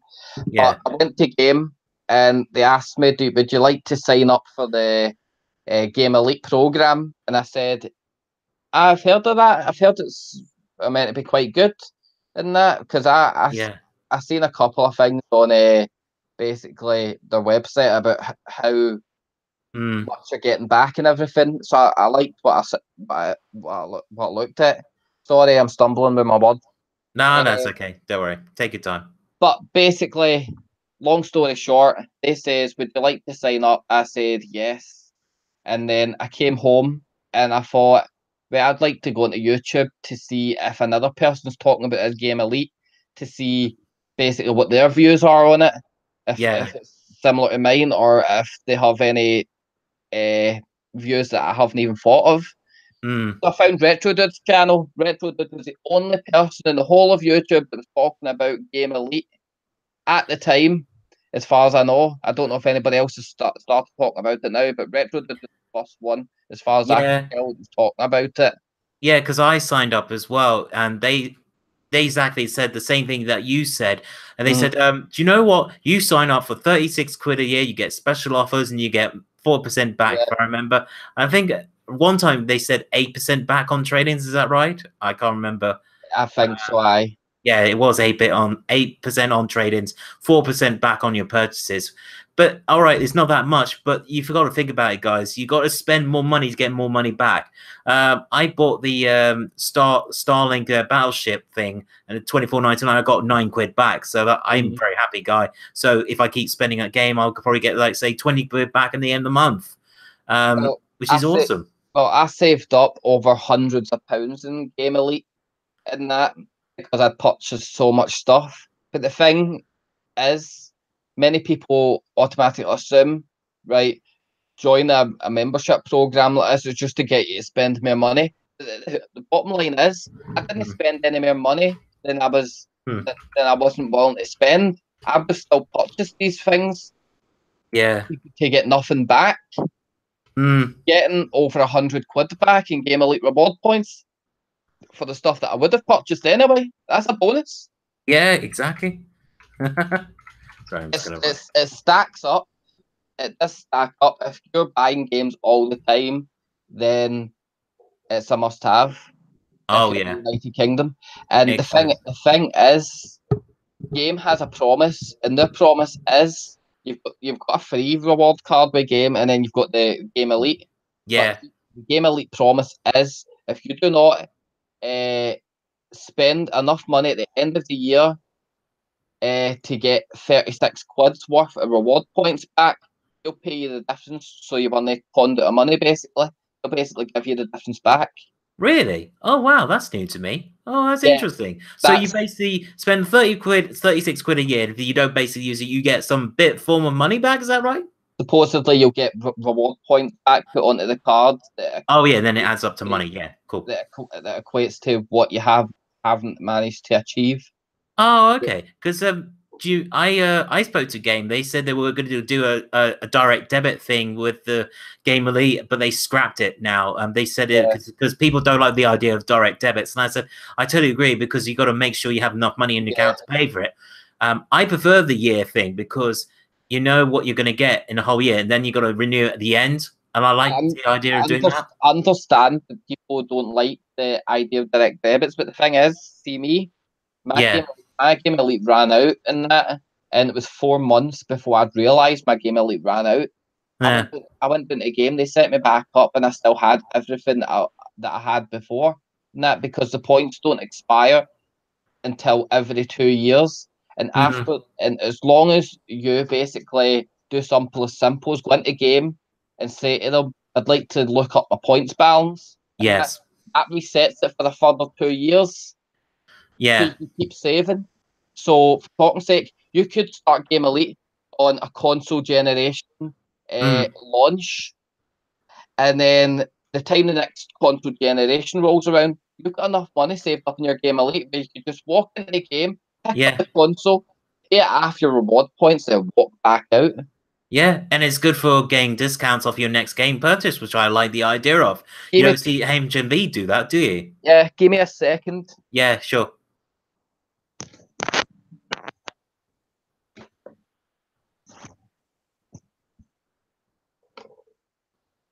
I recently purchased this. Oh, a new mouse. Oh, yeah. Nice. Look that is sexy. Oh wow. Oh yeah, I gotta get a new mouse as well. Yeah. Mine. This is what I have to work with. It's crap. It's Logitech. Yeah, I'm still using that. Then I've not taken this out the box. But I basically got this for a game. PC World is wanting for the exact same mouse, £45. 45 quid. Yeah. And you got it for $14.99. That is a bargain, man. But I didn't pay cash for this. Oh, did you use the points to get it for free? I walked in, picked it up, and the guy asked me, "Would you like to just purchase this with your Game Elite points?" And I said yes. So yeah, cool. I literally just walked in, paid Game Elite points, didn't have to hand over any cash and walk back out with it. It's brilliant, isn't it? I felt as if I'd walked in and just walked out with something for free. I know it feels weird. You know, you're giving your points and you go like, why am I taking this out of the shop? But you know, that's how they make their business, and that's how they make the money. And I reckon what Game Elite will happen is they'll see if more people jump on board this service, they'll probably will hike it up a little bit, maybe when the market gets better with the shares and stuff. But I would like to see like maybe say 5 or 6% back on your purchases would be nice. But then we can dream, I suppose. Yeah. See, I understand why Games doing it. Just recently, Game Center shut down. They went into liquidation. They were losing money. The Game Center were hemorrhaging money because of digital downloads. Digital downloads, as well as game being far more popular, destroyed them. Yes. So Game implemented this system because, well, as well as being a game retailer on that, they're basically need to find new ways to accumulate the money lost through digital sales, and Game Elite does that for them. Even though they're giving back money, the way a reward scheme works out is being a loyal customer allows you to basically get perks. The thing is, they don't give you enough perks that destroys a company. Yes, and that's exactly it. They can't. They're still making a lot more money than they would have done without the Game Elite reward program. There was a game reward system that was like you said, but they didn't implement it. Oh, what was that? Is that a pet? Oh, sorry. That's my dog. Oh, you have a dog. Oh, what kind of dog is it? He's right there behind me. Hello, doggy. Hello. I love dogs. I do. Come here. He's gonna say hello to the people on YouTube. Say hello, hello. Oh, I know. Oh, what a nice dog. What's his name? She's Minnie. Our name's Minnie. Minnie. Oh, like a Mickey Mouse girlfriend, Minnie. Yeah, it was Minnie. Well, it was Minnie. Minnie's named her.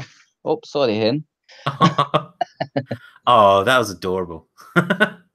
Okay, right. Who are your favorite YouTubers that you like on YouTube? Well, my favorite YouTubers that I like on YouTube. Well, I never met you first, but you're one of them. Okay, that's cool. So Uh, how about yeah, I'll let you go. Yeah. um, I'd say second would have to be. Uh, I don't know, so many. I know. But So much to choose. probably RGT85. Yeah, that's my favorite as well. Yeah. Uh, I like Dreamcast guy Same here. and Spawn Wave Media. Same here. Oh man, we were like both. Oh man, we were like this three same guys. That's great. That's pretty good. I like Dreamcast guy for his awesome rants, and I like Spawnway Media for his awesome news. He does very good teardowns of the hardware, which I Yeah. find really deeply entertaining. And I like the one when he got the PS4 Pro and he used the hammer and he smacked it across, and then it went flying off the table. Did you see that one? It was so Yeah. funny. I like Spawn with skits where it makes it destroying good hardware with his no.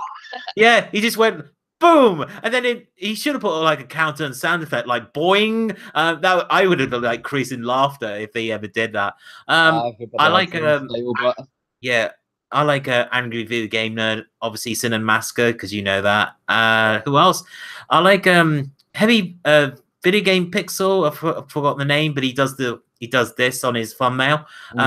He's the one that really showed me about how At Games is getting worse, and apparently At Games has blocked him now. Heavy Pixel, I think, yeah, it must be.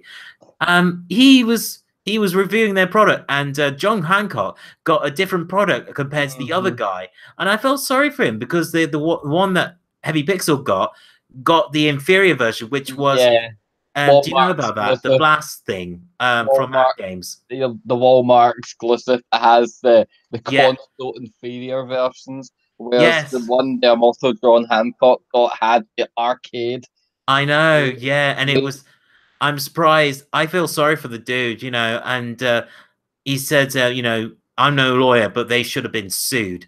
And I totally agree with him Yeah, because the box image is supposed to be the box image that plays those games. If you're going to mislead the customer, then don't buy the product. Just I'm not. buy a Retro Freak or an Analog NT. That's all you need to get. Don't get the Blast thing. It's crap.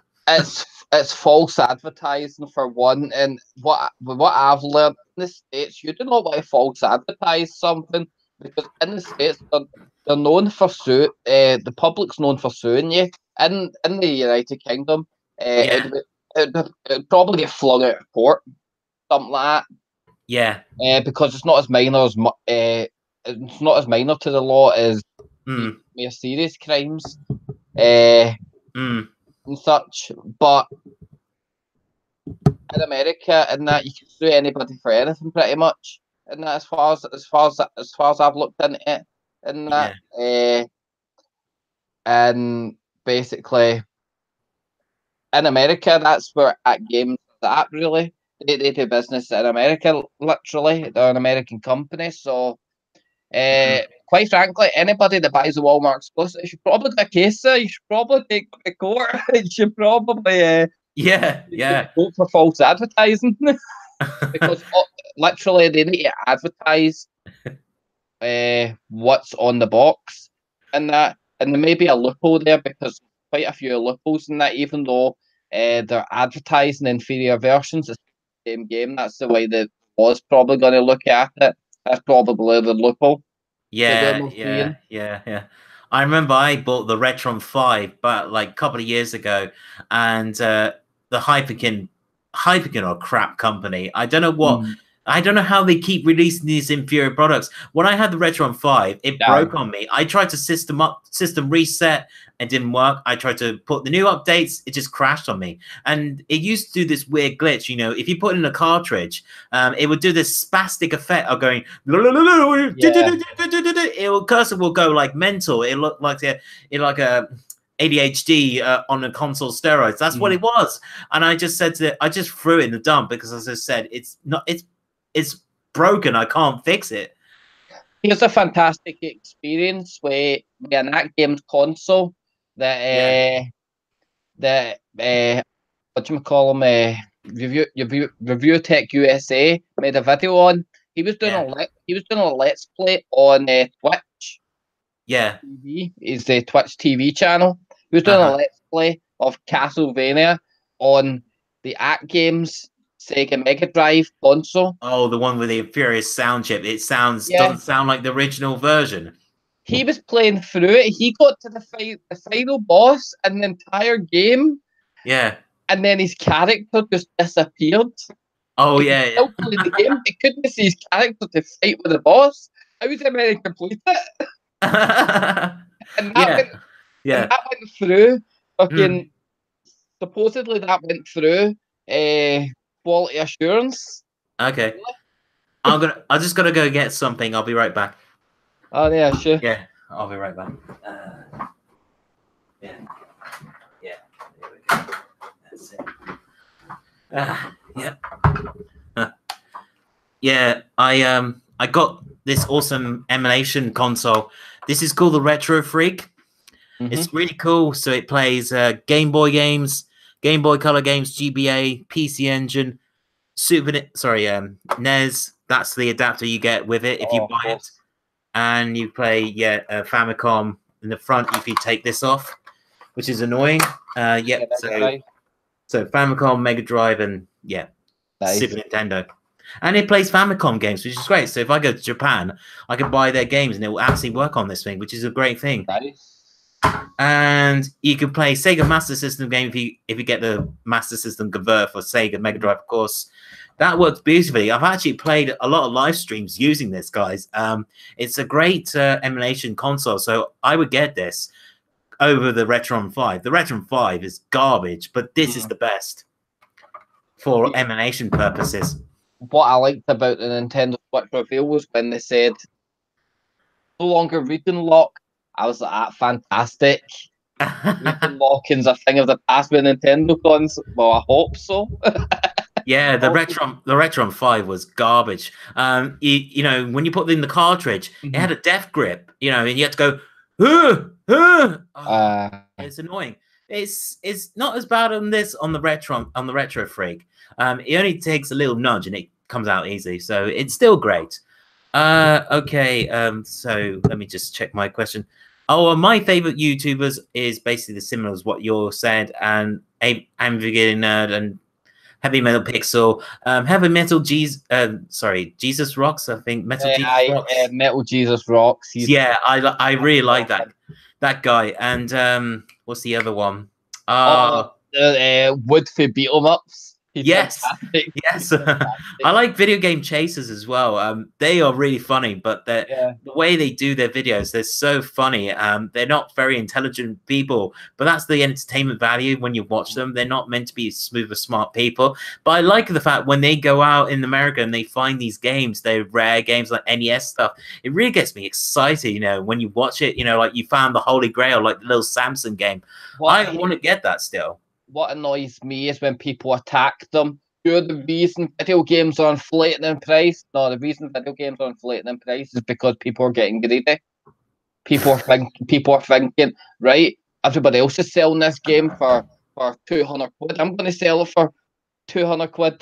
And then you get another one coming about saying, they're all selling for 200 quid. I'm going to sell mine for 250. I know. They don't check on pricecharter.com. Yeah. That's the real site for money value of your games. Don't trust eBay prices. But then people come back to the YouTubers and attack them because, well, they can. You're the reason this inflated in price because obviously when somebody talks about something and then somebody else talks about it and then it causes a domino effect in that.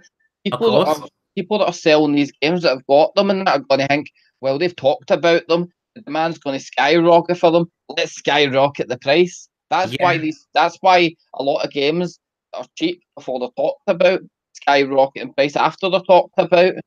Because for talking sake, the scalpers realise that they're onto something when that happens. Yeah. Oh, scalpers are the worst. Remember the NES Mini when that came out? Oh, that was hell. That was hell. Like I saw one for 3 grand, 5 grand, 9 grand, 23 grand. I mean, where the hell did they get 23 grand for like a 60 pound console? It's just absolutely stupid. I don't know. Pokemon Go Fest was a shit show when it first started. And Yeah. that because, well, I don't know if you heard, nobody could actually play the game when they went to the meetup because Niantic servers Oh yeah. crashed too much because of the amount of people in the one place. Well, a year later, Pokemon Go Fest 2018, again, before it even started, it failed. Everybody had bought the tickets up, and that people that really wanted to go couldn't go, and that they couldn't even get onto the site because supposedly bots had gone to the site because they'd realised this after they went onto YouTube. People were selling the tickets for 200, 300 quid a ticket, and the tickets cost £20 each. Well, £20 UK pounds each. Yes, exactly. Oh man. I don't know how they get away with it, man. Yeah, I know. What can we do? Oh, hello, Bon Connell says hi. Hello. Oh, welcome to the stream. Welcome to the live stream. Yeah, we're talking about a YouTuber here who I'm talking to right now. He's called Nintendo Playstation, and he's got a YouTube channel. And yeah, I got my next question for you is, what is your top 5 games of all time, in your personal opinion? Top 5 games of all time. Well, Sonic the Hedgehog. I'll start in chronological order for the PlayStation up from the Sega Mega Drive upwards. Excellent stuff. Let's hear it. Sonic the Hedgehog. It's got to be. I like them all, but favorite one out of Sonic the Hedgehog has got to be. There's loads of them, isn't there? Between Sonic the Hedgehog 2 and Sonic and Knuckles. Lovely. And that Sonic the Hedgehog 2 allowed you to spin dash for the first time. Yeah, Sonic 2, wasn't it? Yeah, and Sonic and Knuckles introduced you as well. Sonic 2 introduced you a new character, Tails, that could fly. But Sonic and Knuckles finally introduced you to being able to play as a specific character. As far as I can remember, they could play the full game as a specific character. I don't think you could do that in Sonic 2. I don't think. Right. But I might be wrong. We probably could have done it with Tails. Moving on. The Nintendo 64, pretty much the only game I had for the Nintendo 64. Mario 64. Oh, Fantastic. Wow. That's a fantastic game. Yeah, very good. So that was your free of them, was it? That's 2 of them so far. Sorry, 2 of them, yeah. Sonic and Knuckles and Sonic 2 were basically joint decision. I couldn't choose between them both. Yeah, that's cool. My third one would have to be Spyro the Dragon. Oh, excellent. The original PlayStation. Oh, so you're gonna get the reboot because have you got the reboot yet? Is it out yet? Do you know? No, or is it in November? It's out in another 20 odd days or something like that. Oh yeah, it's a November release, isn't it? It's out 3 days before Pokemon Let's Go. I'm gonna be streaming both those games on my channel, Spyro the Dragon. Cool. I'm gonna definitely go check that out. And Pokemon Let's Go. Oh yes. I'm really dead keen on Pokemon now. I'm falling in love with Pokemon now. I just love the idea of collecting more and training them up, and it's just really good fun. So was that your 4th one? That's my 4th, and my 5th has got to be. I would say a PlayStation title, but we'll move on from PlayStation to. Okay. PlayStation 2, Grand Theft Auto, and if I have to choose one of them, it would have to be. What was the one you showed me before we live streamed? Was it Grand Theft Auto 3, right? Yeah, because you had it. You showed it to me, didn't you? That was sealed, wasn't it?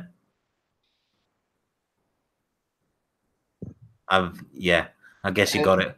It'd have to be Grand Theft Auto 3, still in mint condition, factory sealed with PlayStation 2 tear strip. Oh man, that is so The, beautiful to see the, that. the UK box art. Yeah, that's amazing game. I got that on the I think I got that on the PC. You can get it on Steam now, I think. Yeah, I think you can. Yeah. You can even buy them in mobile. Oh yes, of course, and you can get it You on can buy them in iOS iOS and because Android. those were the 10th anniversary editions of the game. Wow, those are really good top 5 choices. I'm very impressed with your choices, especially Spider the Dragon. That's a really good franchise. Oh, aye. Yeah, very good. And Mario 64, I used to adore that game from '96, wasn't it? Oh, that was the first launch That, time, wasn't it? That game, wasn't yeah, it? yeah. I think that's got to be the hands down best 3D Mario game today. I like. Don't get me wrong. I do like. Uh, the new Mario game on the Nintendo Switch, Mario Odyssey. Oh yeah, Super that Mario game. Odyssey is fantastic, It's but brilliant game. Yeah, I don't, I, so don't- I much don't, stuff to find. It's brilliant. I don't know. I think it's nostalgia talking with Mario 64 is considered, where I think I like Mario 64 better. I think it's just nostalgia talking Yeah, yeah. We because need yeah. Mario Odyssey is fantastic. Yeah, we need Super Mario 64 on the Nintendo Switch, right? So Oh, Nintendo, get on to that, please. Nintendo. I don't know. I don't know. I don't care if you have to basically fling out updates onto the bloody thing, but Oh, get yes. Nintendo 64 games on the Switch. Yeah, well, apparently Nintendo's got their they put a trade they filed in what's it called? You know, petition. What if it's called like trademark? No, what is it called? You know, when you put your ideas forward to I've heard the a basic petition office. the That is trade. that the one? Petition office. Um, Yeah, they apparently going to make the N64 Mini. And I reckon yeah. obviously they're going to put Super Mario 64 on that, and that'll be instant sell because I'll buy that definitely. I don't know about you. Yeah, what happens is they update their patents, they renew Patents, that's it. the patents at the United States Patents Office. That's it. Yeah. But they also have to basically renew trademarks Yes. throughout the globe, and that they need to renew trademarks and before they finalise a product and announce it to the country, they make sure they can get all the trademarks finalised beforehand, and that. Yeah. Basically, they file trademarks in Japan, then they file trademarks in the United States, then they file trademarks in the United Kingdom, Yeah. and Yeah. It's the same vice everywhere. They versa. have to do the same thing. They can't just file a trademark and then sell the product and that. They have to file trademarks for all the different territories in the world. And it also protects their product as well in case someone clones their exact details, and then Yeah. Nintendo can sue them for like huge amounts of money. Nintendo are a smart company. They're not as dumb as people think. The thing is, this is why clone consoles come out in the first place, and that because the copyright expires in that for the actual console itself. But what doesn't expire is the name Nintendo or anything like that. So Yeah. these clone consoles come out, and they're allowed to be about, but they can't use anything Nintendo has copyrighted. Like they still hold the copyrights to, like Yes. parts that are put into the actual, not the parts, but the operating system for talking sake, or their name, and that they can't call it a certain name. Yeah. It's a bit funny. So, some trademarks run out for certain things and that, and they don't see the point in renewing them until a certain time comes about. Uh, I don't know. Yeah. It's a bit funny trademarks and that. Yeah. I've probably got a bit of that a bit of that wrong, but I've done a wee bit of research on trademarks. I've not done completely a lot, but as far as my knowledge goes, it's partly right. Yeah, because you have a business, don't you? Do you want to tell the people in the audience what your business is about? Well, I don't have it yet. Well, oh no, yeah, you were saying I'm you're working on it still, aren't you? I'm still working on it. I need to save up money first and that, and that's going good right now. I set up an ISA and everything, which is a account here in the UK. I've started saving up some of the money that I'm getting in that every 2 weeks that I get money. Yeah. Basically, I'm wanting to go into sublimation. Sublimation is taking a blank T-shirt, slapping Yeah. a design on it, selling it. Taking a blank slate, slapping a family photo on it, selling Yeah. it. Buying a blank jigsaw puzzle, slapping a design on it, selling it. Exactly. Mobile phone cases, jigsaw puzzles, T-shirts, hats, cups, mugs. Massive merch, basically.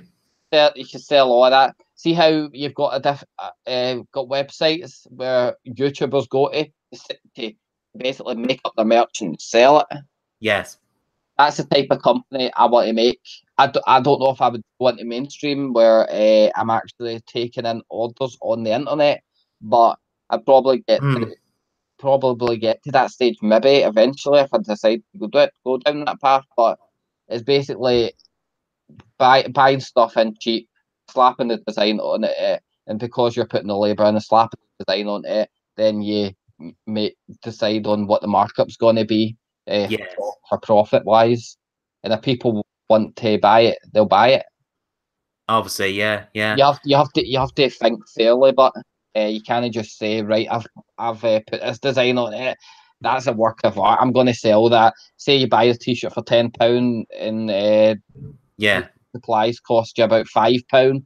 You can't exactly say, right, that's a work of art. I'm going to sell that one T-shirt for £100 because nobody's Yeah. going to buy that. You're ripping them off. Do you think you because you have a YouTube channel, would you like to sell your t-shirts for your YouTube channel maybe? That'd probably be a good idea for you, I I'd think. probably get into a few deals with some YouTubers for basically Yeah, for sponsorship deals. I'll basically make up merch for them and that and cut the profits just like what other companies do and that. Yeah. And obviously, well, it's a no-brainer, but obviously if I'm successful enough, I'd do it for you, man. Excellent. Really good. Okay, I got my last question for you. If you could date one video game character, who would it be? Date? Yeah, date like a video game character. Oh, Any of wow. Wow. them. I don't know, that's a hard one, really. Yeah. Shall I start off? Me, Laura Croft, of course. Yeah. She's super intelligent. She's sexy and she's cute. Yes, I like her. I don't know. Kind of like Jill Valentine for Resident Evil franchise. Oh yeah, yeah. She's cool. She's very hot, Uh, isn't she? Though, especially that tube chop she wears in Resident dead, Evil 2. dead badass as well. Oh yeah, and she could kick a few zombies' teeth in that any day of the week. Oh, certainly. Yeah. Okay. That was it for my last question. Have you got any questions for me as well, or shall I go to the comments and just say, guys, in the comment section, if you got any questions for Nintendo PlayStation, mention now, and I'll tell you through when I get the message. Is that okay? That's fine. Feel free to hit away. I mean, sorry, if you got any questions that you want to ask me about, or So, your channel, yeah. how was it that you decided whether you wanted to do retro games over modern games? How did I decide it? Yeah, that's a good question. Because I played a lot of video games when I was very young. I said to myself, I wonder if there's a platform in the future that could actually elevate me to my talents. And when I heard about YouTube, I delayed it a little bit because I didn't want to get into it because I thought it was a scary concept for me exposing myself to the world and I was a bit worried about playing games, but now I'm doing it now. I really do enjoy it because you get you learn lots of skills from I Yes. watched so many other YouTubers, but learning from them how to be a YouTuber. And Jim Rolfe from Angry Video Game Nerd is probably the biggest inspiration for my channel. Without his help, without his reality check, you know, I said to myself, because I just because I had this dream as well back in my old days at school, was like I love to play video games, but I want to share it somehow, and the technology wasn't even there yet. But now, what is it? Because YouTube started on a founder apparently was looking for Janet Jackson's video, and he became up that idea of YouTube, which is, do you remember that one? That's apparently how it got started on YouTube. The Super Bowl ad, that's it. Yeah, and I was talking to my friends about, you know, how do I approach this, because I did drama back in the old days, and I said, aha, drama infused with video games could actually make a good entertainment value for the audience. I found it quite scary at first because I was getting so nervous, and anxiety things that happen to me, and sometimes I get that. But it's natural to have that sort of thing. Oh, certainly, aye. Yeah, it was just yeah, but I'm so grateful now. I've met you, and I've met like so many other cool people, even in chat, who are talking now. Is probably the biggest thing, because I find it difficult to make friends around these real life friends, because I feel like, you know, I'm trying the best of my ability to talk to them, and there's only so much I can do. But then when I go online, I feel so much better. I actually talk to you, but it would, you know, in real life, but it's in through a computer. Oh, it's not any different to meeting in the street and talking and that. It's obviously we don't we met on the internet, obviously, and that we didn't know each other in real life before then. But it isn't any different to meeting somebody that's a stranger on the street and building a relationship with them. Yeah, exactly. You're right.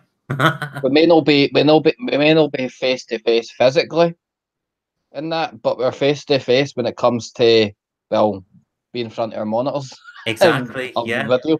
It's like going to the pub, but you're doing it through the YouTube app. I know. Oh, certainly. That's what it is. I used to have friends before, but then the problem is friends come and go, don't they? And yeah, I That's mean, exactly it. but this Yeah, is life. I I've had a mean, did lot. you feel the same, like I said before, when you tried to do a YouTube thing? When I first started doing my YouTube channel and that, I was when I first made my first video on that. It was on the PlayStation. I broadcast it from the PlayStation's own Yeah. setup and the console. But I first listened to myself back and I thought, God, I sound dead Scottish. I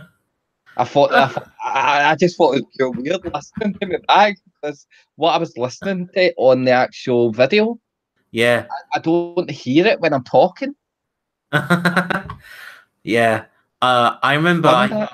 I went to Edinburgh last couple of years ago. I love that city. It's such an amazing place in Scotland, man. If it was up to me, I'll move there immediately. Yeah. I love Edinburgh. It's just great city. So much culture, and the train station is awesome. I like the fact the train station is like a hill, and you go in and it goes. It's so cool. I mean, I love Paisley. Oh yes, Robert. I actually went to the whiskey factory in Edinburgh as well. I had a good round the whiskey factory tour, and it was awesome experience. Like malt whiskey, smoke whiskey, and we had a little taster as well, and it was so nice. Oh, it was beautiful in your tongue. Oh, I was like, you could marry that drink. It was just that wonderful. Yeah, man. Yeah, Sorry, but yeah. you're probably going to object to this, but no, it's not that I'm drinking a beer on while I'm doing this. It's the fact that It's okay. There you go. Everyone, there's his special talent right there, opening a bottle with his mouth. No, that's cool. Yeah, I don't mind you drinking. Yeah. No, I'm just stating. See this? This is a good drink. I like this one. Yeah, pepperoni's lovely. Yeah. Pepperoni, aye. I used to like Guinness, but I don't drink that anymore. It's just disgusting. Aye. Too much iron in it as well. that last time you viewed my live stream and that, I was having a couple of beers as I was doing my live stream and that. Oh, But really? Oh, yes. what I fun with my live streams is I sit there in silence. Like this, Oh, okay, yeah. And you while I'm just playing going the like, game. go, go, go, right? But when I drink, I become social. Yeah. It's funny thing is, when you drink, it makes you relax. Apparently, calms your Yeah. nerves down, doesn't it? Mm, It's like cigarette, when you smoke, it calms your nerves. But I don't smoke. I used to, yeah. but not anymore. I used to drink, but I don't do it anymore because I See, I know what it does to my system if yeah. I drink too much. No, I hear you. I only drink in special occasions and that, and Oh, it's fine for this special occasion. You're going to get exposure. look, I only drink on special occasions or to be social and that. Obviously, I can be social without drinking that, but obviously, I become more social when I've had a drink. But Yeah. I only drink to be social if I'm in an establishment that sells drink. If I'm nowhere near an establishment that sells drink, I'll no drink and that. Yeah.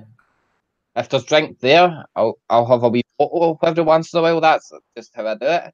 Because as you Yeah. said, and that when I was younger, and that I used to drink a lot, and that, and quite frankly, and that I was like, ah, God, I don't want to drink that much, and that because it's going to destroy my body. And it's Yeah.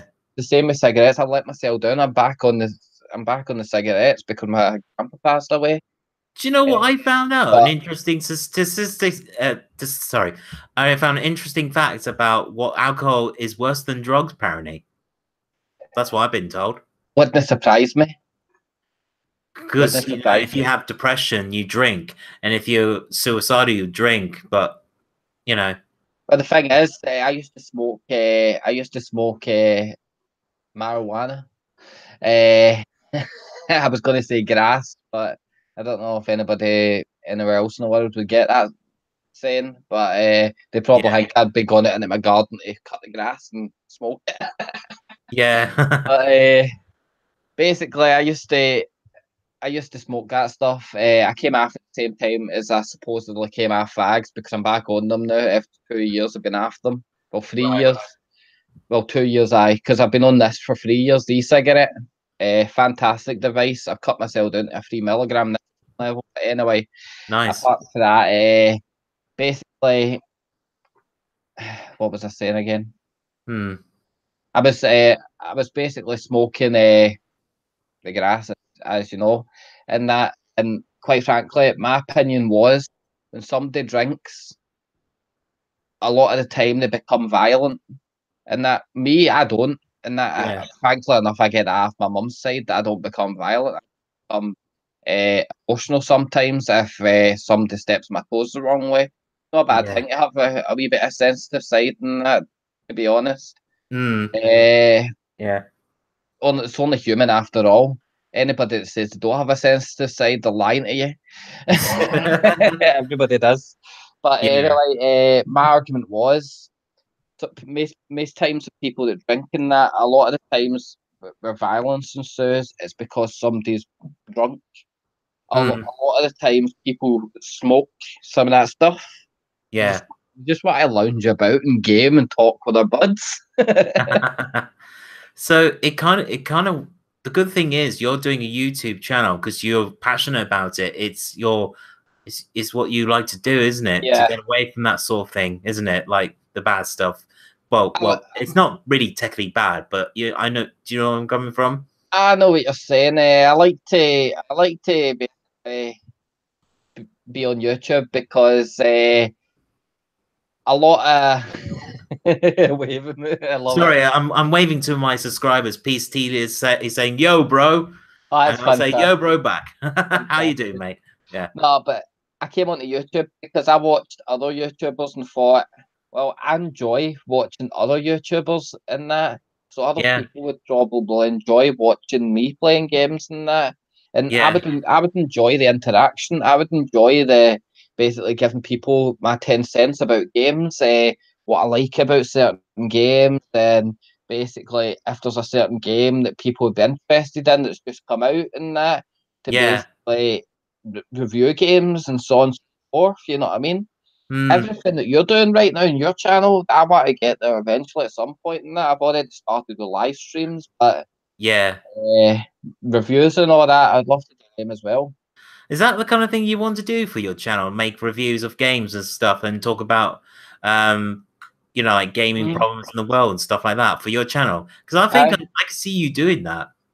And as you said, we could easily set up every so often, we could easily set up a wee thing like this where obviously there's me, you, others talking about gaming news and such. Yeah, guys, in the chat, if you would like to participate in our chats, let me know in a message on YouTube, of course.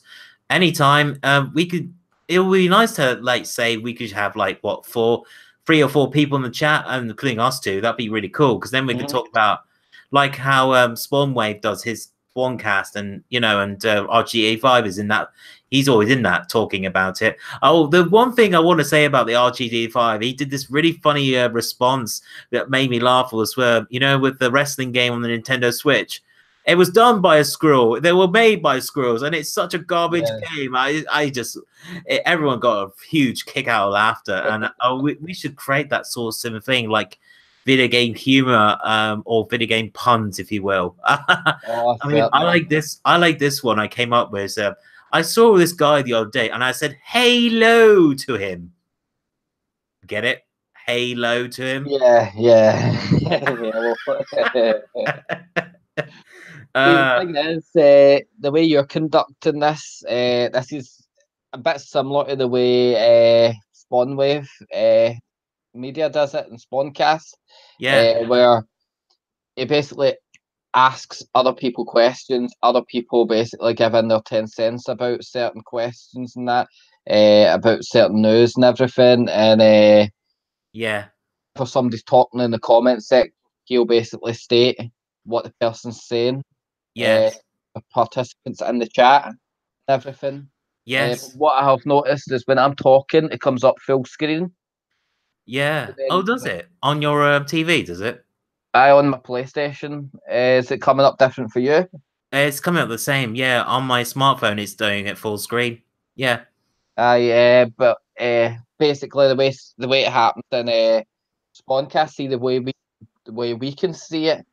In Hangouts, that's the way it shows up on Spawncast.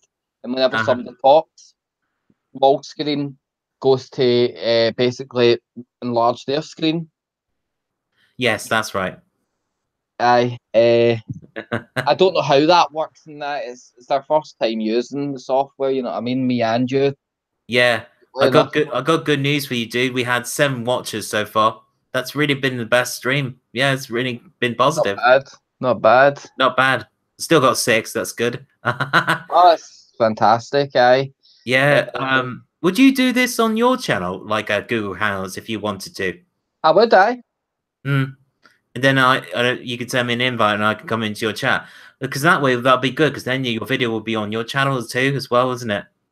Yeah. Because it obviously will be saved on my channel. But it's a shame I can't send it to you because I don't know. Can I send it? Oh yes, I can. I can download the video and then I could send it to you as an email through what's it called? There's an app you can use. You can send large files. I forgot what it's called. But I can send that to you, and then you can upload that on your channel if you want to. There's also a program called numerous programs where it downloads YouTube videos. You basically give it the URL that you want to download the video from. Yeah. And other people can download your videos without your consent. That's another bloody thing. If you're going to download somebody else's videos without their consent, get their consent before you upload. Yeah, I mean, I'm talking to you now. Yeah, if you want me to do that, it's up to you. Some people download certain videos and that, and then they upload on their channel without putting any constructive. Oh, the fair use thing, yes. Stuff in it and that, and don't get the consent to do this. They just think it'd be fun to share. Yeah, exactly. On their channel. Oh, how long have we done this? We must have done this for 2 hours now. What time did we start? Was it 7 o'clock, wasn't it? 7, aye. Yeah, now it's 9 o'clock. So that's 2 hours. Wow. Six, man. This is very good Alive. 2 hours. Thank you for coming on here. It's been awesome. I don't know how long do you want to talk to, like what, 9:30 or 10 o'clock? It's up to you. If you want, man, I'm happy enough talking away and that. I like to talk. Yeah. Okay. Should we say for like I don't know. Yeah, it's quite long. Been talking quite a long time, haven't we? I don't know what else we could talk about. What else can we talk about on the gaming culture that hasn't been said, of course? There's plenty of things we could talk about when it comes to gaming. We talked about loot boxes, our stance on that. We talked about there is quite a few more things we could talk about when it comes to games, but I'm trying to. Yes. What did you watch a different YouTube video that you thought, oh, this is really interesting? Like that caught your attention. Does that make sense? I've seen a lot of videos recently about dating is getting more difficult now because I saw the video today with one girl talking about, everyone's creating expectations for dates. And I said, that's bad. You don't put expectations on. I mean, if you're dreaming like a beautiful blonde and she comes to walk in your arms, that's expectations. That's dangerous because you're expecting. Lots of people just need to go out and just go and find the girl, not be consulted by dating apps. There's one thing I hate about dating apps that really pisses me off, and I don't care. I mean, I'm entitled to a little swear, but what annoys me is, when you get the app that says free, but it's not really free, it's actually got a paywall behind that free app. And I just say no, I delete it straight away. It's got a paywall behind the membership. The membership is free. Yeah, and they usually Photoshop those girls from Google Images and they put it on their profile, which really pisses me off as well because they're not being true to themselves. They're hiding something. There's a lot of people that are professional trolls on these dating apps that go on the dating apps to troll you for months on end. Oh, yeah. Yeah, we can meet up and so on and so forth. A lot of the time, basically, people all on these video ones, people all basically video you, video with you for months on end to realise that the person was fake because they've downloaded a fake webcam fucking thing. Oh, but they give the site permission to stream that instead of their actual webcam. Yeah. you think they're talking to somebody when you're not really? Yeah. Oh, that actually happened to me, dude. I'll tell you the story about this. I actually went on a dating site and I found this girl. She was really nice, petite, very slim and sexy. And I said, can we meet up in London? And then I asked my friend, can he come along with me just to make sure she's the real deal? And I'm glad I asked my friend to come along with me because if I went on my own in London, it would have been a scary experience. But you got to be so careful who you meet on these dating sites. You never know. This girl could be the hottest girl on the picture, but then when you see in front of the girl, it's like maybe she's in a wheelchair or maybe she's not the image that you thought she was. Deceptive practice like that just makes me really pissed off. I just don't like the idea. I mean, if they're not true to themselves, then they're not being genuine. And if they're not being real, then leave. That's what I said. And apparently the police have told me that she was a sex trafficker. And I just went, really? This girl was talking to me for 2 months and she played me for a fool. And I said to her, our friendship is over, goodbye. I just said, I didn't want to talk to her. And I don't, I mean, I was fragile in that point. I was really pissed off. I was like, the love of my dreams could have been this long, nice, petite girl who has a really nice personality. And also, you got to be careful, guys. Nigerian scammers are the worst. They are manipulative bastards. I know it's not technically a swear. Bastard is not. people keep saying bastard is a swear word, but it's not really. Bastard is okay. YouTube, Google allows little stuffing. It isn't. It isn't. It's a grey area. That's why YouTube allows it. It's a grey area. To some countries, it isn't. To some countries, it could be considered that. It depends what way you view it. Yeah, that's true. Yeah, and I met another girl through a dating app, and she was quite cool, but the problem was, I'm not going to mention her name because Casey, she's watching. She did say to me like 2 or 3 weeks, Aaron, let's have sex. And I said, why would you want sex when I only knew you for like 2 or 3 weeks? I mean, that seems a bit desperate, don't you think? Why would you just randomly just jump into it as well instead of sparking a conversation first? That's what I was trying to do. I was trying to get to know her better, and she get to know me, but she didn't bother reading about books and stuff. I said, "Oh, can you read?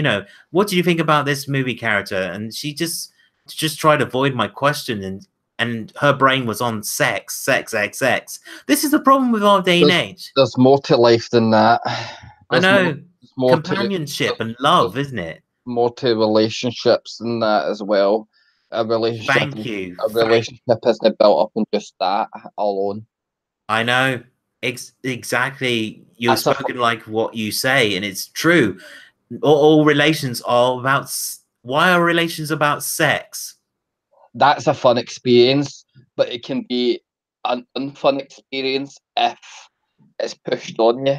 Yeah, I mean, well, I was just gonna say, why not get to know the girl for like at least 2 or 3 months, and then talk to her about things like that.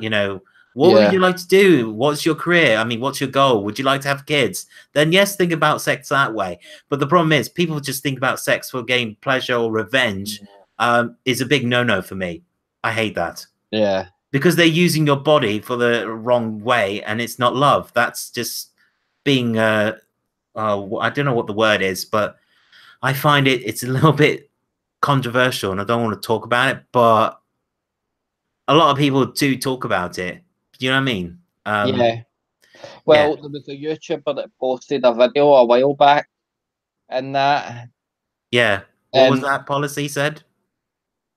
He was basically stating how YouTube basically has one rule for us, yes, and another rule for a big corporation like Netflix. Yeah. If you've seen the trailer for Big Mouth. Oh, Big Mouth. Oh, I don't like that show. It's just so perverted. Yeah, it's disgusting. That's it's all about sex. Did you see the trailer for that? Yeah. Oh, it's just basically these demons going like, yeah, go and screw that person. I know. No, but the one that's love your body. Love your body. No. That trailer is.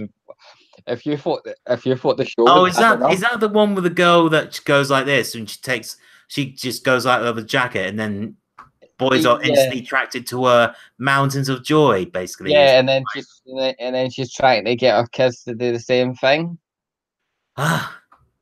See, this is the problem of our world. I mean, it's a sinful world we live in, isn't it?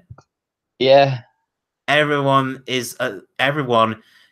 sex is everywhere. You cannot escape from it. And I automatically I don't have words for it. I automatically go in the same opinion as people in the comment section. How did that get past YouTube's system? Oh, I know. I'll tell you how. Netflix have got money. I know. They got more money than anybody. They could do what they want. Most of the Netflix shows are pretty average on the whole, be honest. Because I don't know about you, I'm getting tired of Netflix. I think I might go to Amazon Prime now because they got better shows. And Netflix seems to just recycle 80s boring movies that I've seen zillion amount of times already. I mean, where's the new movies? They don't get that many exclusive. Oh, Disney left their platform. Did you remember that? Disney was on Netflix before, but now Disney have their own streaming service. They're coming up with their own streaming service. Yeah, Disney wants to basically make their own streaming in-house. instead of leaving it to a third party. They don't want to be paying a third party any money or whatever else, or basically a third party siphoning cash off for them.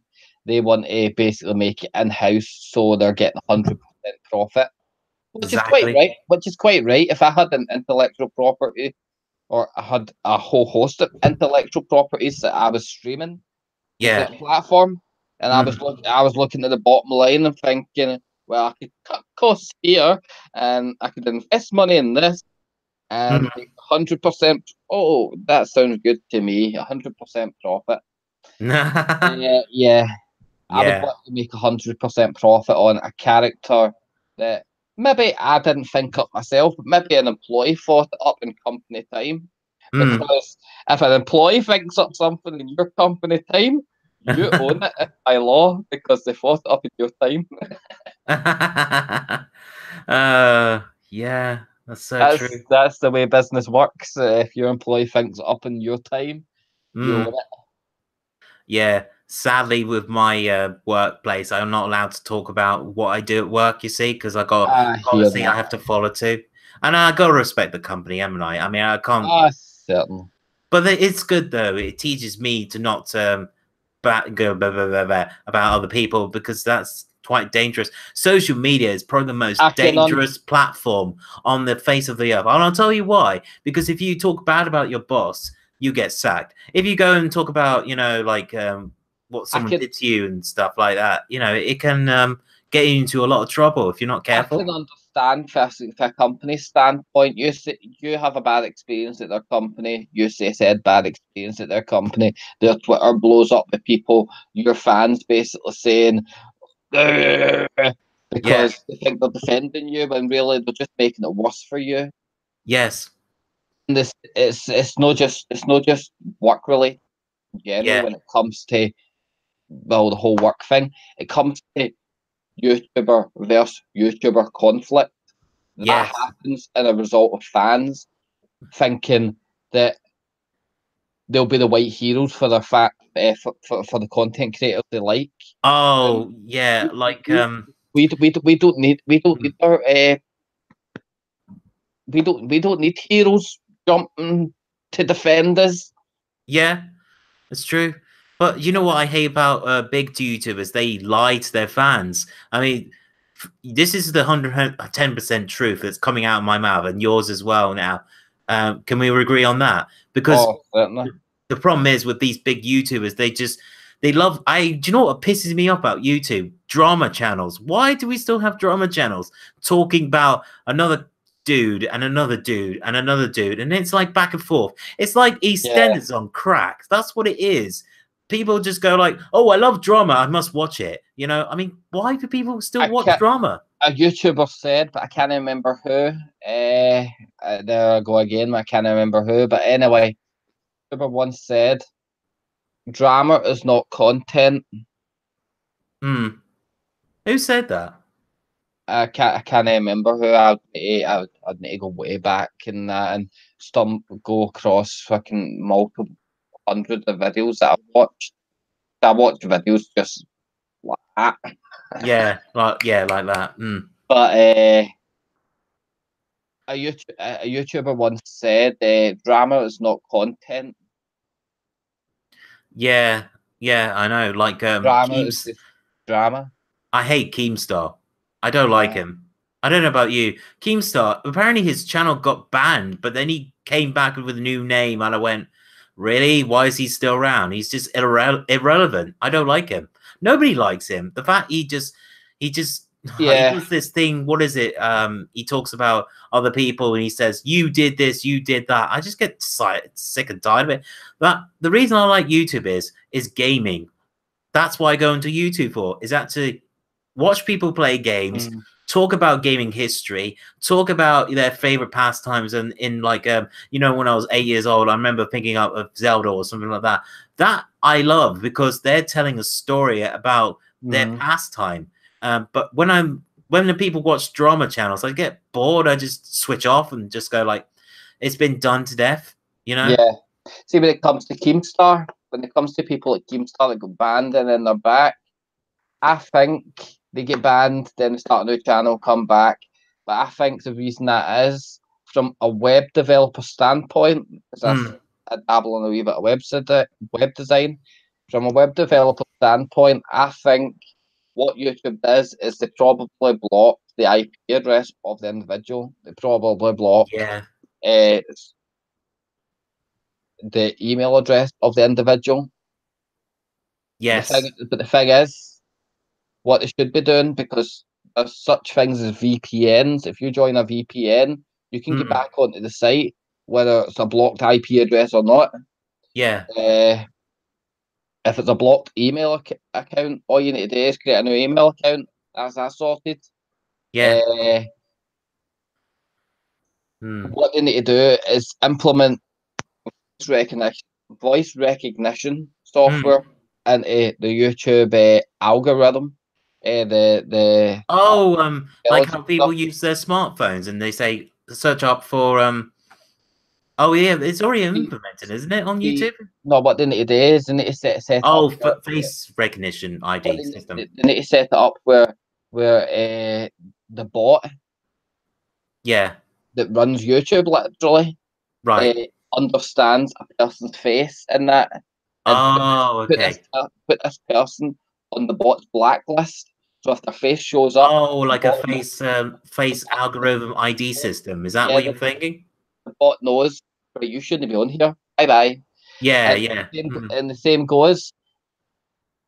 If they find a way around that, I know the way to combat that voice recognition. If they just upload their voice and that, scan their face. The face isn't there. So that'll probably happen, I think. Yeah. They just upload their voice, put their voice onto the bot's blacklist as well. And then the bot will understand their voice and hear their voice through thousands of videos that they've already done through the band account. Yeah. Right, you shouldn't be on here. Bye bye. Yeah, exactly. It's like what would they do in pubs? You know, you're on the blacklist. Is that what you're saying? You know, like if you make a ruckus, obviously, and then you're going to get banned. It's very similar to that concept, what you're saying, isn't it? A lot of websites have blacklists where basically all the relevant information is put in their email address, their IP address. Yeah. And in this blacklist, you can basically put in website IP addresses as well, with like VPN services. You can put in a full VPN service. But there's going to be one or two or maybe dozens of VPN services that escape your grasp because there's so many of them. Yeah, true. Out there, and there's so many of them that come out each year. Yes. So you can't get all the VPN services. The fact of the matter is, YouTube probably puts VPN services on a blacklist. Maybe not, because I'm with a VPN service and I can get onto YouTube, no bother with said VPN service. Oh, is that the one that it will stop them tracking your information? Is that the one you're talking about? Yeah, but it's also good for if you're out using public Wi-Fi, for talk's sake. If you're doing bank transactions. Yeah, and it blocks advertisement, doesn't it? Is that right? It's basically if you go and use public Wi-Fi, and that hackers can set up a public Wi-Fi that looks like a hotel Wi-Fi, for talk's sake. So you think you're connecting to a safe Wi-Fi when you're not. Oh, right. They can mask their It prevents you from that. Oh, that's scary, man. Jeez. If you're doing banking outside, you best be sure that you're on a proper Wi-Fi. Otherwise, hackers could literally see what you're typing in. You're typing in your password for your bank account, for talk's sake. It comes up with stars on your computer. On their computer, where they're watching the hacking software monitor you. Yeah. It comes up showing your actual password. The starred out password on their side isn't starred out. That's what I like about the Apple iPhone. It's always encryption with the Apple Pay system. That's what happens. PN, it encrypts your data when it gets sent to the server. That's it. Yeah, it's spot on. Yeah. Oh, okay. Oh man, it's been a good stream. I'm really enjoying this. Oh, I'm enjoying it too. And I'm really happy for you. And I'm hopefully after this video goes up, you know, I'm thinking you're going to be a huge superstar no matter what, man. Yeah, Nah, this is fun, and I'm not expecting to get hundreds of subscribers for this. I'm expecting to get exposure, obviously, but I'm expecting to get subscribers because they enjoy my content. yeah. So, what's your subscriber count goal? Where would you like to go for your goal level? I don't really have a goal when it comes to subscribers right now.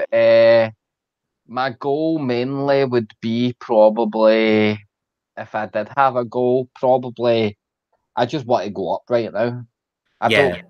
I don't have a number in mind. I just want subscriber count to go up. And So, if I mean, I think your best target, mate, is probably to get 100 subs first. and most of all, I don't want people to subscribe because they feel as if they have to subscribe. I don't want a Yeah, subscriber that's going to subscribe, watch one video, then disappear for about 2 years, then they yeah, come back 2 years later and watch another video. yeah, I don't mind if people take a wee break from time to time, like for talking sake, they take a month-long break because they can't make it because yeah. they've got other commitments. I don't mind that, but the, no commitment lasts 2 years.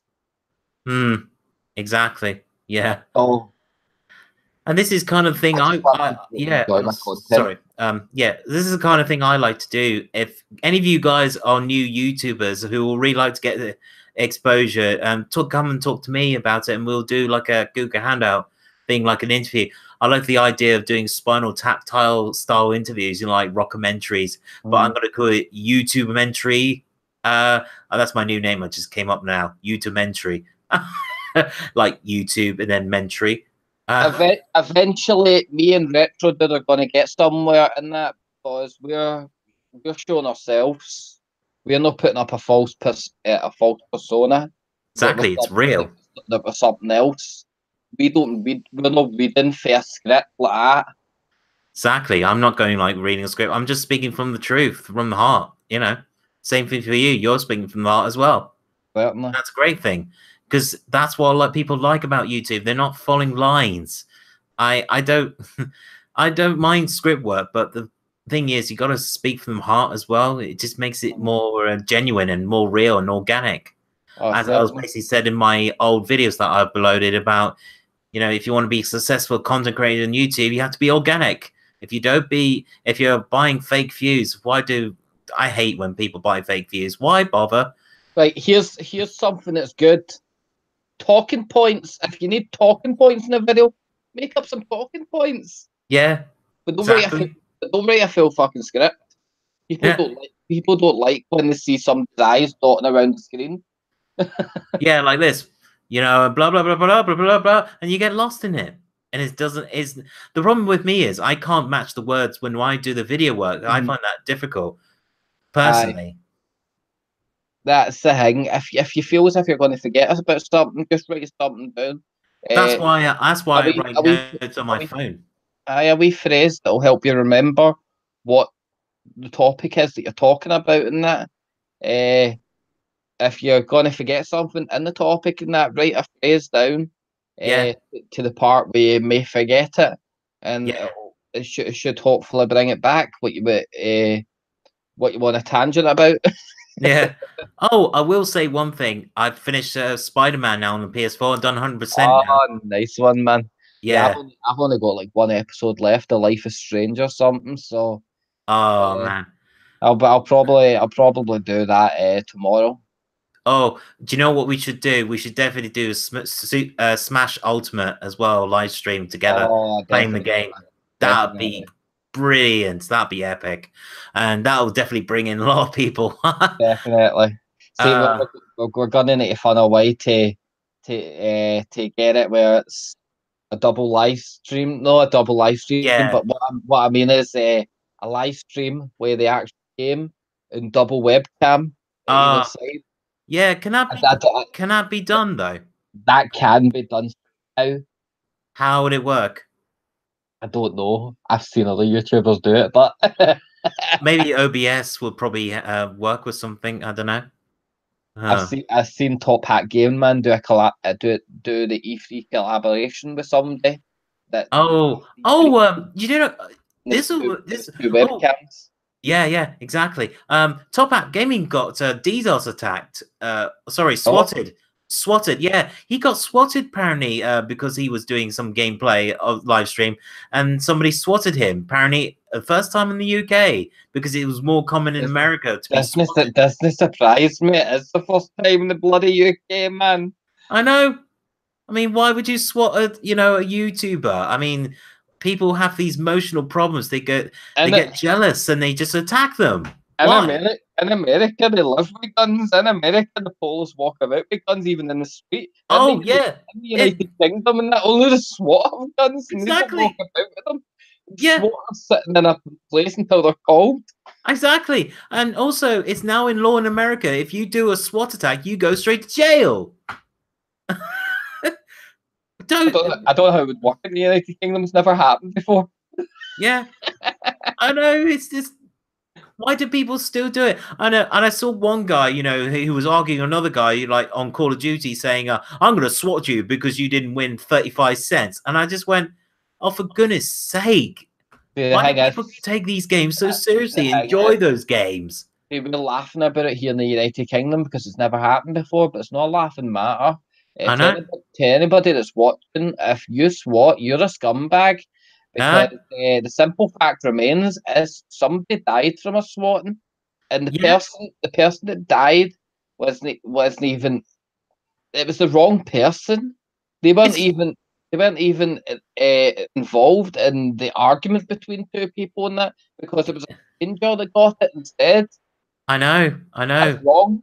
It is wrong, and it costs taxpayers money. That's a waste of money for bringing forces out to a house. That's a false call. It's like if you ring, obviously, the fire department, then if there's no fire, then you're going to get charged. Then that's what happens, isn't it? Same thing with the police. If you think you have a burglary, you're faking it, then you go straight to jail, whatever. I don't know. But you know what I mean, though?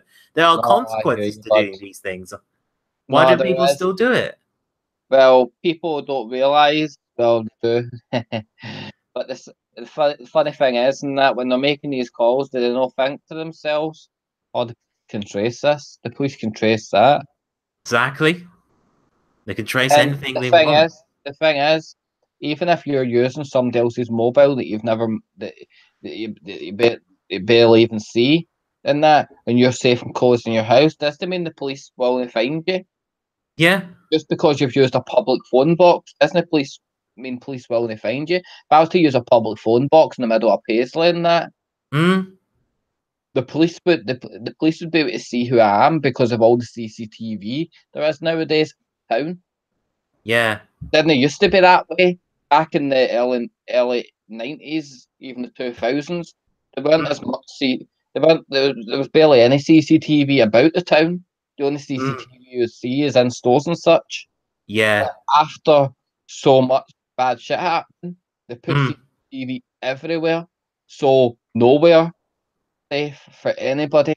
Think that's doing bad shit thinks they're safe. No, it's everywhere now. It is. So even if you use a public phone box to do swatting, you're gonna get seen for one. And even if they can't find your address because you're staying in a place that isn't a town, that doesn't have much CCTV about, next time you're in the town and that, they're gonna all the police are gonna have your face. Yes. In their minds, so they're gonna come and ask questions when they see your face. Is that what you're? This is exactly what you were saying in your beginning bit about YouTube face blacklist list, isn't it? So they it maps out your face and basically anything that distinguishes you from somebody else that looks the same as you, for talking sake. You can get two different people that look the same in that. But say one has something that distinguishes them, like a certain birthmark in their face, something, or something as simple as freckles, and the other person doesn't have freckles. It's like it Yeah. maps your face. Say somebody's got like 19 freckles in their face, there's another person that's got like 18 freckles in their face. It'll Yeah. map their face in that, and the person that's got 19 freckles was the one that got banned from YouTube. That's the one that goes if he's got one more freckle than that person. Oh, big eyebrow left, right, up way, and then nose like this way, or something like that. Or then mouth goes like, ooh. Yeah. That's what I'm saying. Facial recognition and mapping. Yeah. That's screams Robocop to me. You know, with the spike thing, and he goes, identity. Yeah. Certainly. That's how PlayStation are doing they're logging in with if you've got the PlayStation camera. Yeah. It maps your face. It's the same for Apple's new iPhones with the Face ID system. Very similar to that. Which I don't like the idea of Face ID. You know, it's dumb. You have to hold your camera right in front of your face and go, "Come on, lock me in." It's the same with fingerprint recognition. That what if the finger that you've scanned Yes. to actually be the fingerprint that you scan in? What if something happens to your fingerprint? What if you get a cut or something? Yeah. And it can't read your fingerprint. What if your fingerprint's split down the middle Exactly. or something like that? How do you get into your phone then? Yeah, exactly. How do we know? How does the camera know? It could have been tattooed maybe as well. It can't read tattoos because I know with the Apple Watch, the first one, the tattoos couldn't read their pulses. I remember. See, the good thing about facial recognition is it doesn't scan your hair. It doesn't count your hair Yeah. as anything for it. It counts just your just your face. That's Yes. just your face. Yeah, exactly. Just our face. If somebody taking a picture on that, like this is how I look and everything, then they got a haircut.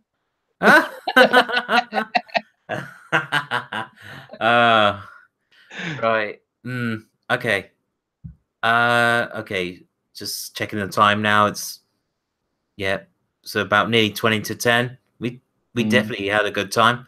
I think I might just finish it here. Is that okay? That's fine, man.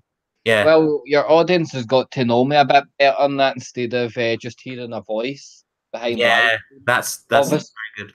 Obviously, I've got a webcam right now, but I've been trying to implement it into my life, but my computer isn't playing well with it. When I keep trying to live stream to YouTube, it keeps coming up with error messages, bad stream, this, that. Oh, is it like with YouTube? It says, 240p, no thanks, sort of thing. I get that. With, error messages saying bad stream. Some of your viewers might experience buffering. Oh yeah, that's the same with me. Yeah, I get that too. So I try and keep it as healthy as possible at all times. What webcam are you using anyway? Just out of curiosity. Well, I said before that I didn't have a webcam, but I didn't do this to deceive people. I kind of lied. It's built into the monitor. Oh, I see. It's just because I didn't want people saying to me, get on the webcam, get on the... Yeah. My room right now is a bit of a mess with me wanting to basically move stuff about and get my PC desk over there. And yeah.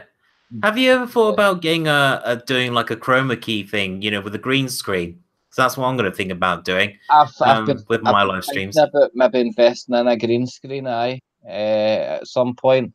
It'd take a wee bit of understanding to understand how it all works, but it's worth it.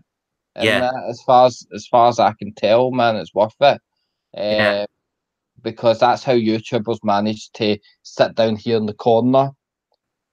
Where it looks as if you can see the video, but you can see the rest of the gameplay behind them.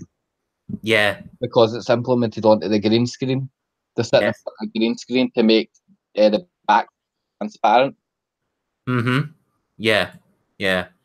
Okay. Right. I'll wrap this up now, and I'd like to say thank you, Nintendo PlayStation, for coming on and talking about your channel, about your life, and I think it's really deeply fascinating. and I hope you grow successful YouTuber. And you did. It's been an amazing talk. Thank you so much for this. Fantastic. And everybody in the chat, go into the links in the description. If you like to click on the channel, it's Nintendo PlayStation. Please give this guy some subs. He deserves it. And from the bottom of my heart, thank you so much. And okay. So guys, are you okay if I finish now? Because it's quite been a long stream. And I think I want to get a cup of tea now. Yeah. Yeah, it's good that you're enjoying a drink and having a good time. That's what I like about you. You actually have a good time, relax. You know, lots of people take these things way too seriously, though. Nah, that's no sense. Nah, you know, I mean, this ain't gonna make you rich. YouTube's not gonna make you a millionaire. Exactly. You're making Google a millionaire, but you're not gonna be a millionaire. It's like what you said to me the other day. You only made $2 of it per 1,000 views. What's the point? Exactly. $2. That's, I know, but then you times that for other people. I don't know. Say you've got a million views in the video, and that you're making thousands of pounds, for that one video. But Google's making tens of thousands of pounds for that one video, maybe more. I know, because that's their share. They have to keep their platform going. Yeah, because it's on a per view basis, and that, and if you're getting those views, Google's certainly getting those views. Google charge the people that's come towards them to advertise. They'll charge the people, say, right, the people say we'll give you about 25, maybe $30 per 1,000 views. Yes. And you're making $2 of that. It's measly $2. What's the point? I know. They're making the other $28 per 1,000 views. So if you're making thousands of pounds per a million, they're making like 28,000. Yeah. Sorry, I'm standing up. Oh, that's okay. Yeah, it's been a long time when you sit down here. Certainly. Yes. I just noticed everybody was just looking at my chest. Oh, do you have like your own signature? What I mean by signature is, you know how I say Retrodude for Retro Forever. Do you have a signature that you like to say to your audience? Nah, I don't really have one as of yet. I don't know if I'll have one for a while. And because I think that'll be good, because then what people will remember your channel is your signature. Because Dreamcast guy, he says, "I keep dreaming," and then RG85 says, "What is it? Later, guys." And I still can't get the lingo out of my head. You know, RGT85, RGT85. Yeah. I like his newest intro and that. Oh, is that the one I did with the Nez going in the background? He goes, dead, dead, dead, dead, dead, dead. Yeah, I love doing my intros.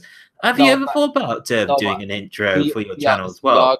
The RGT85's intro. I like the RG85's intro, yes, yeah. Hey, RGT85. Oh my God.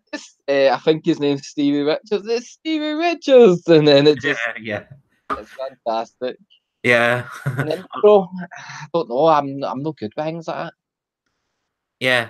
I mean, if you want, dude, I can help you out with your intro if you want to. That'd be fantastic, man. I mean, what I could do is I could use 2 of your logos for the Nintendo Switch and PlayStation, make the, like a little bouncing ball and go boing, boing, boing. There is Nintendo PlayStation. Certainly, man. That would cool. Something like that would be fantastic. Eh? Oh, cool. I'll help you out with that if you want. Then you can, and then I'll send it to you as an email. And then you can use that for your videos if you wanted to use it in your.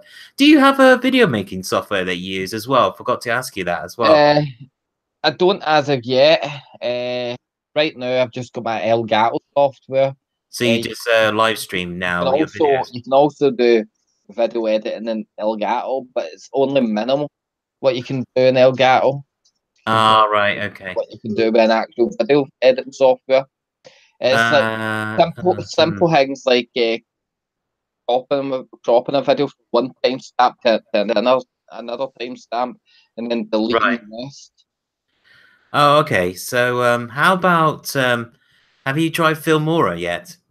That's the one I use to make videos. I can't say I Um, have no. it's pretty good. It's the one I've been advertised on YouTube Mm, quite frequently. But the problem with Filmora now, they got a subscription base. If you want to get all the effects, you have to pay them like a monthly mm. fee, which is annoying, which I don't like. But I know I wanted to go back to their old ways. You know, I just pay one thing and I just keep it forever. But the problem is, I have to do the PayPal thing, and I can't be asked with it as well. If you want to cancel it as well, you got to go through I think PayPal to send a message to them to cancel it, which I is think a lot. I think a lot of softwares that were originally free should think of other funding rather than just subscription based. If they, yeah, if they made their funding a Patreon for talking sake, yeah, they would they would they probably wouldn't as make as much as make it a proper subscription, but it would still make enough to sustain the platform without hemorrhaging money yeah, and giving a free service and then they making nothing back. They're putting money in back. yeah, yeah, yeah. Patreon would have solved that, but I suppose a company they're thinking set up a subscription service rather than a Patreon. It's going to make us more money, obviously. Yeah, exactly. Okay, I think I'll leave it right now, and I'd like to say to everybody, thank you who've been watching in the chat. Remember to please like, comment, and subscribe, and Retrodude forever, forever. Okay, all right. I'm gonna say goodbye from me, and thank you, Nintendo PlayStation, for coming on, and we're going to do more future videos like this, guys. If you want to subscribe, you can subscribe to me and also subscribe to Nintendo PlayStation. Okay. All right. We are See you finished now. after. Okay. I'm going to stop the broadcast. Thank you so much, guys. Cheers.